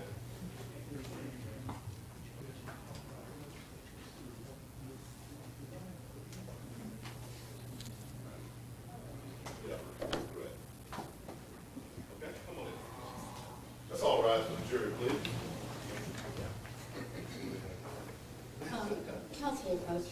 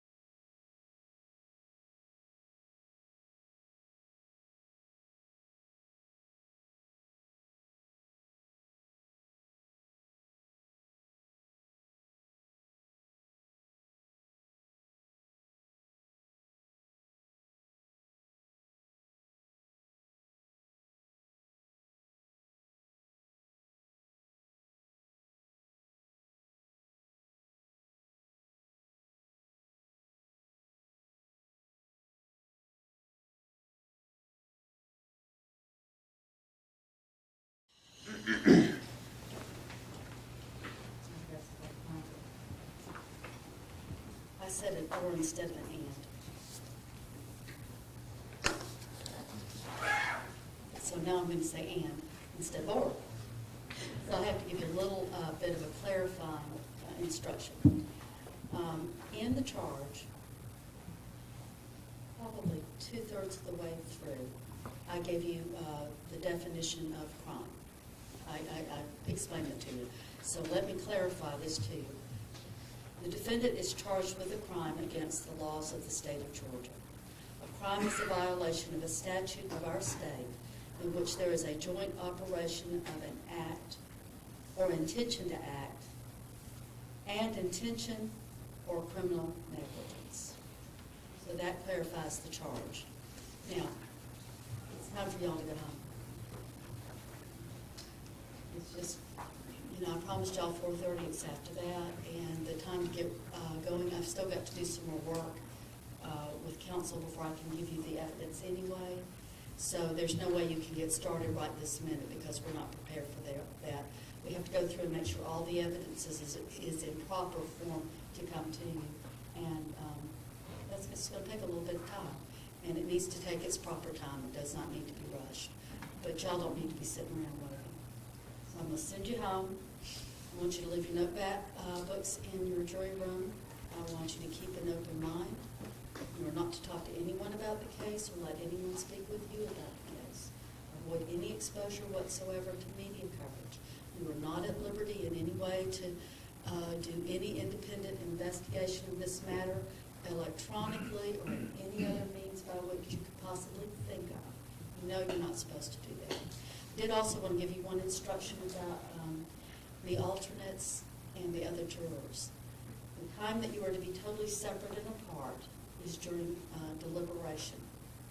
When we have breaks, when you have a break, and when you start deliberating, your foreperson will help you all and lead the decision about when to take breaks, that sort of thing. I'll probably say when y'all will have lunch, but when y'all want a break, then you would knock on the door and the bailiffs would assist you there. During breaks, all of you can be together. And during lunch, all of y'all can be together. But other than that, the alternates are to be separate and apart.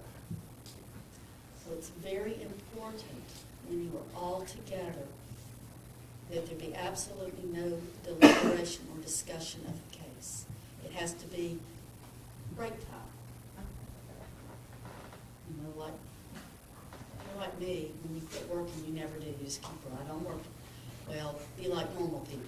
Don't be like me. Be normal. Quit working. Quit working, take a break. Have your lunch. Enjoy each other's company. Quit working, take your break. Do whatever y'all normally do on your breaks, because I know you're not discussing the case.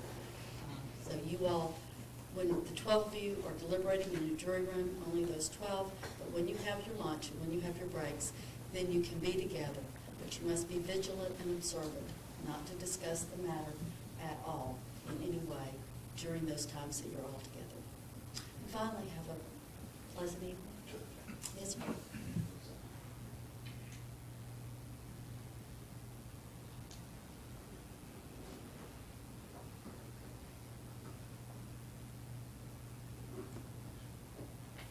Council approach.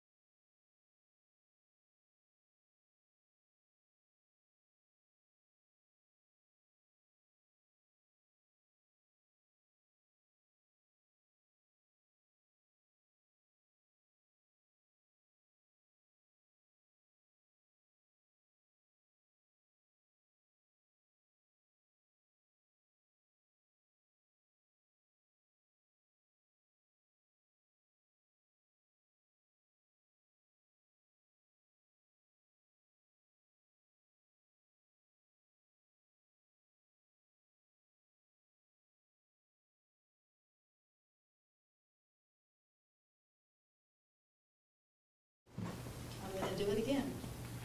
And this time I'm going to do it right. I hope. So let me go very slowly, deliberately, methodically, and hopefully correctly. The defendant is charged with a crime against the laws of this state.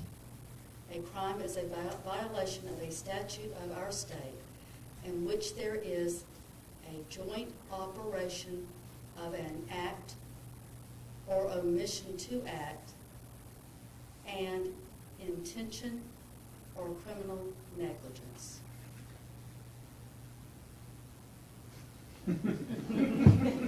We deserve a laugh. Y'all can laugh at me. I I deserve it. It's been a long day for all of us. I do want to take up one other bit of housekeeping. We had discussed breaking at noon, so you all could vote. And I know that one of you has an appointment that is important, but that person is the alternate. If you would like to take a little bit longer lunch to vote and then come back and work in the afternoon, that is an option to you. There may be other plans that have been made, and I do not know. But I would like, if you wouldn't mind, for you to go back in your jury room and write down a little note to me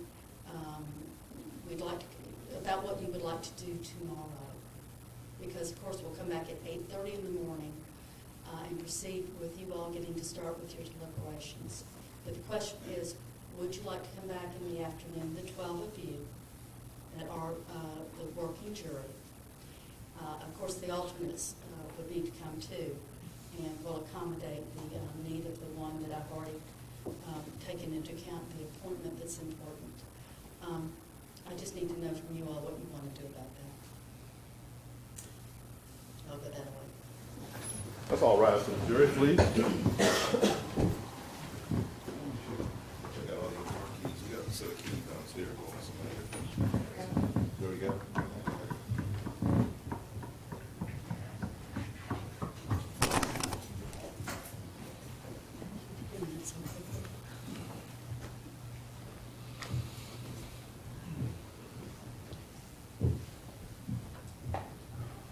Please be seated. Please be seated.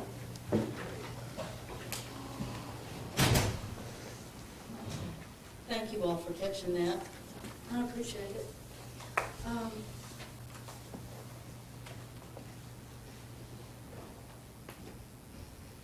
In terms of the written charge to them,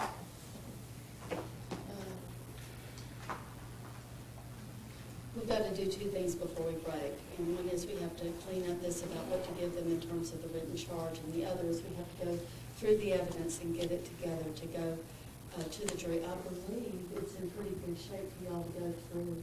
It's ordered. Well, knowing the clerk, it's in good shape.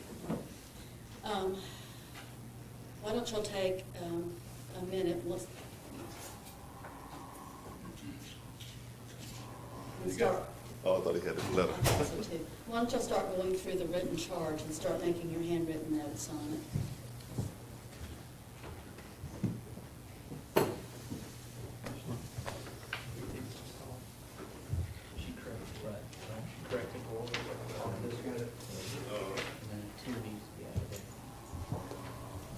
Now, one thing we could do is what I originally wanted to do, is all of the jury deliberation stuff. These are my pages 19, 20, 21, and 22. And I don't know what they're going to correlate to. But right after, oh, Mr. Sharon.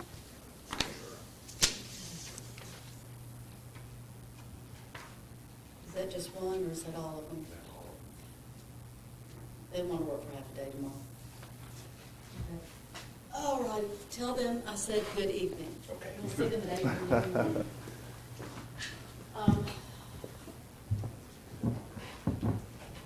Because that was the reason I didn't want to give them the sympathy and prejudice, sentencing responsibilities, deliberation, note-taking, unanimous verdict. I know that they need to have that. It's pretty within the norm of what people understand jury service to be. On the other hand, I articulated that they were responsible to find guilty or not guilty as to each count, and that may solve the concern you had. On the other hand, Mr. Lumpkin, I don't know. It's going to be pages and pages and pages of, frankly, duplicitous stuff, duplicitous stuff. Anyway, it's just some thoughts. I'm throwing them out. Have y'all had a chance to go through it, make notes yet? Judge, I found we found 3 minor changes. I've shown defense counsel that. I'm prepared to give you my copy. If you want me to make a record, I can, or I can just provide a copy. I just want to hear what they think about your 3 minor changes. These are very good changes that I believe match what Your Honor noted as you were going through it and caught yourself so you did not say the words and added those that need to be added, so we're in agreement. Okay. Oh, yeah, that, the middle thing, I saw that. Yep.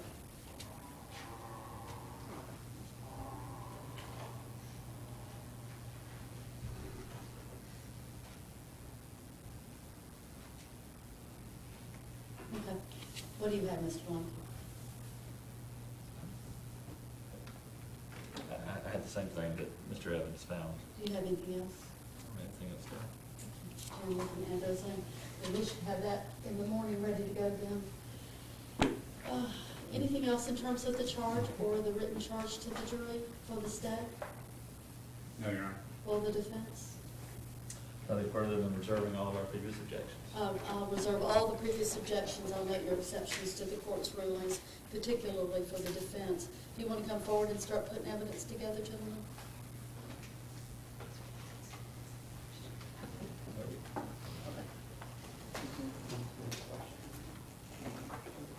That means. Is that an invitation or a command? Usually when I'm inviting, it's a command. Haven't you noticed? We shall. And I'm grateful. Ron, do you have the original verdict? You have it? These come out.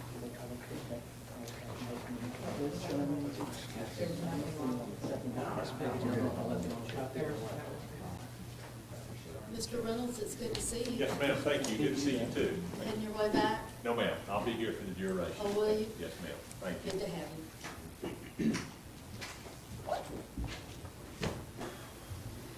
think you can get those published this afternoon?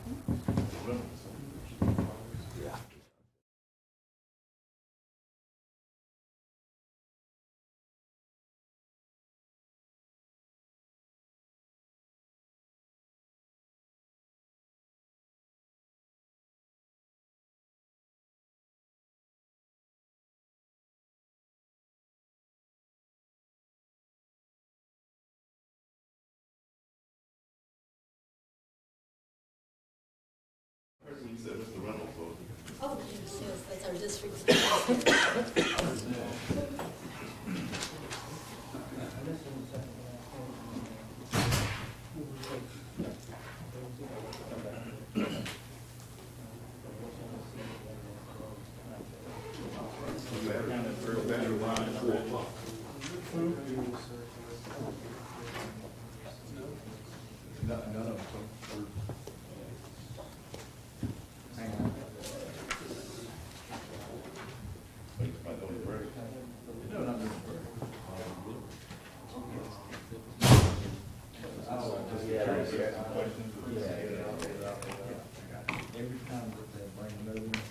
you got somebody out here that can.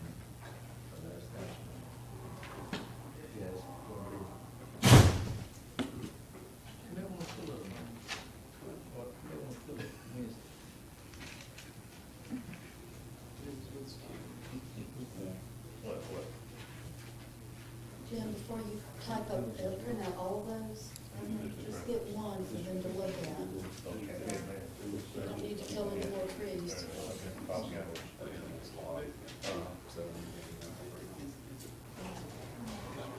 Well, it looks like y'all's put the case very remarkable, some reason we did that. Remarkably, but we may not have all the facilities I have. Yeah.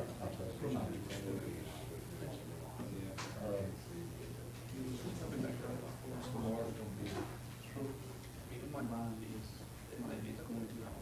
Tomorrow you may not work. Tomorrow you may not work.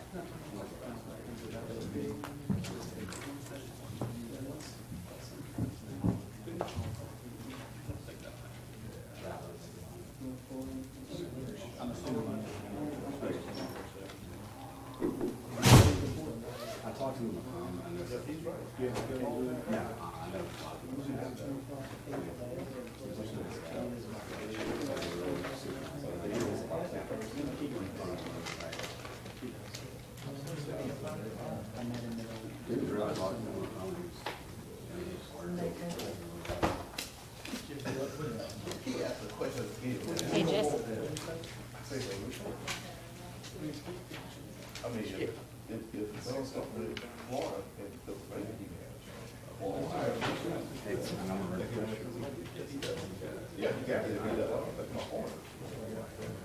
we put them on these lines. Oh, we got it. Yeah.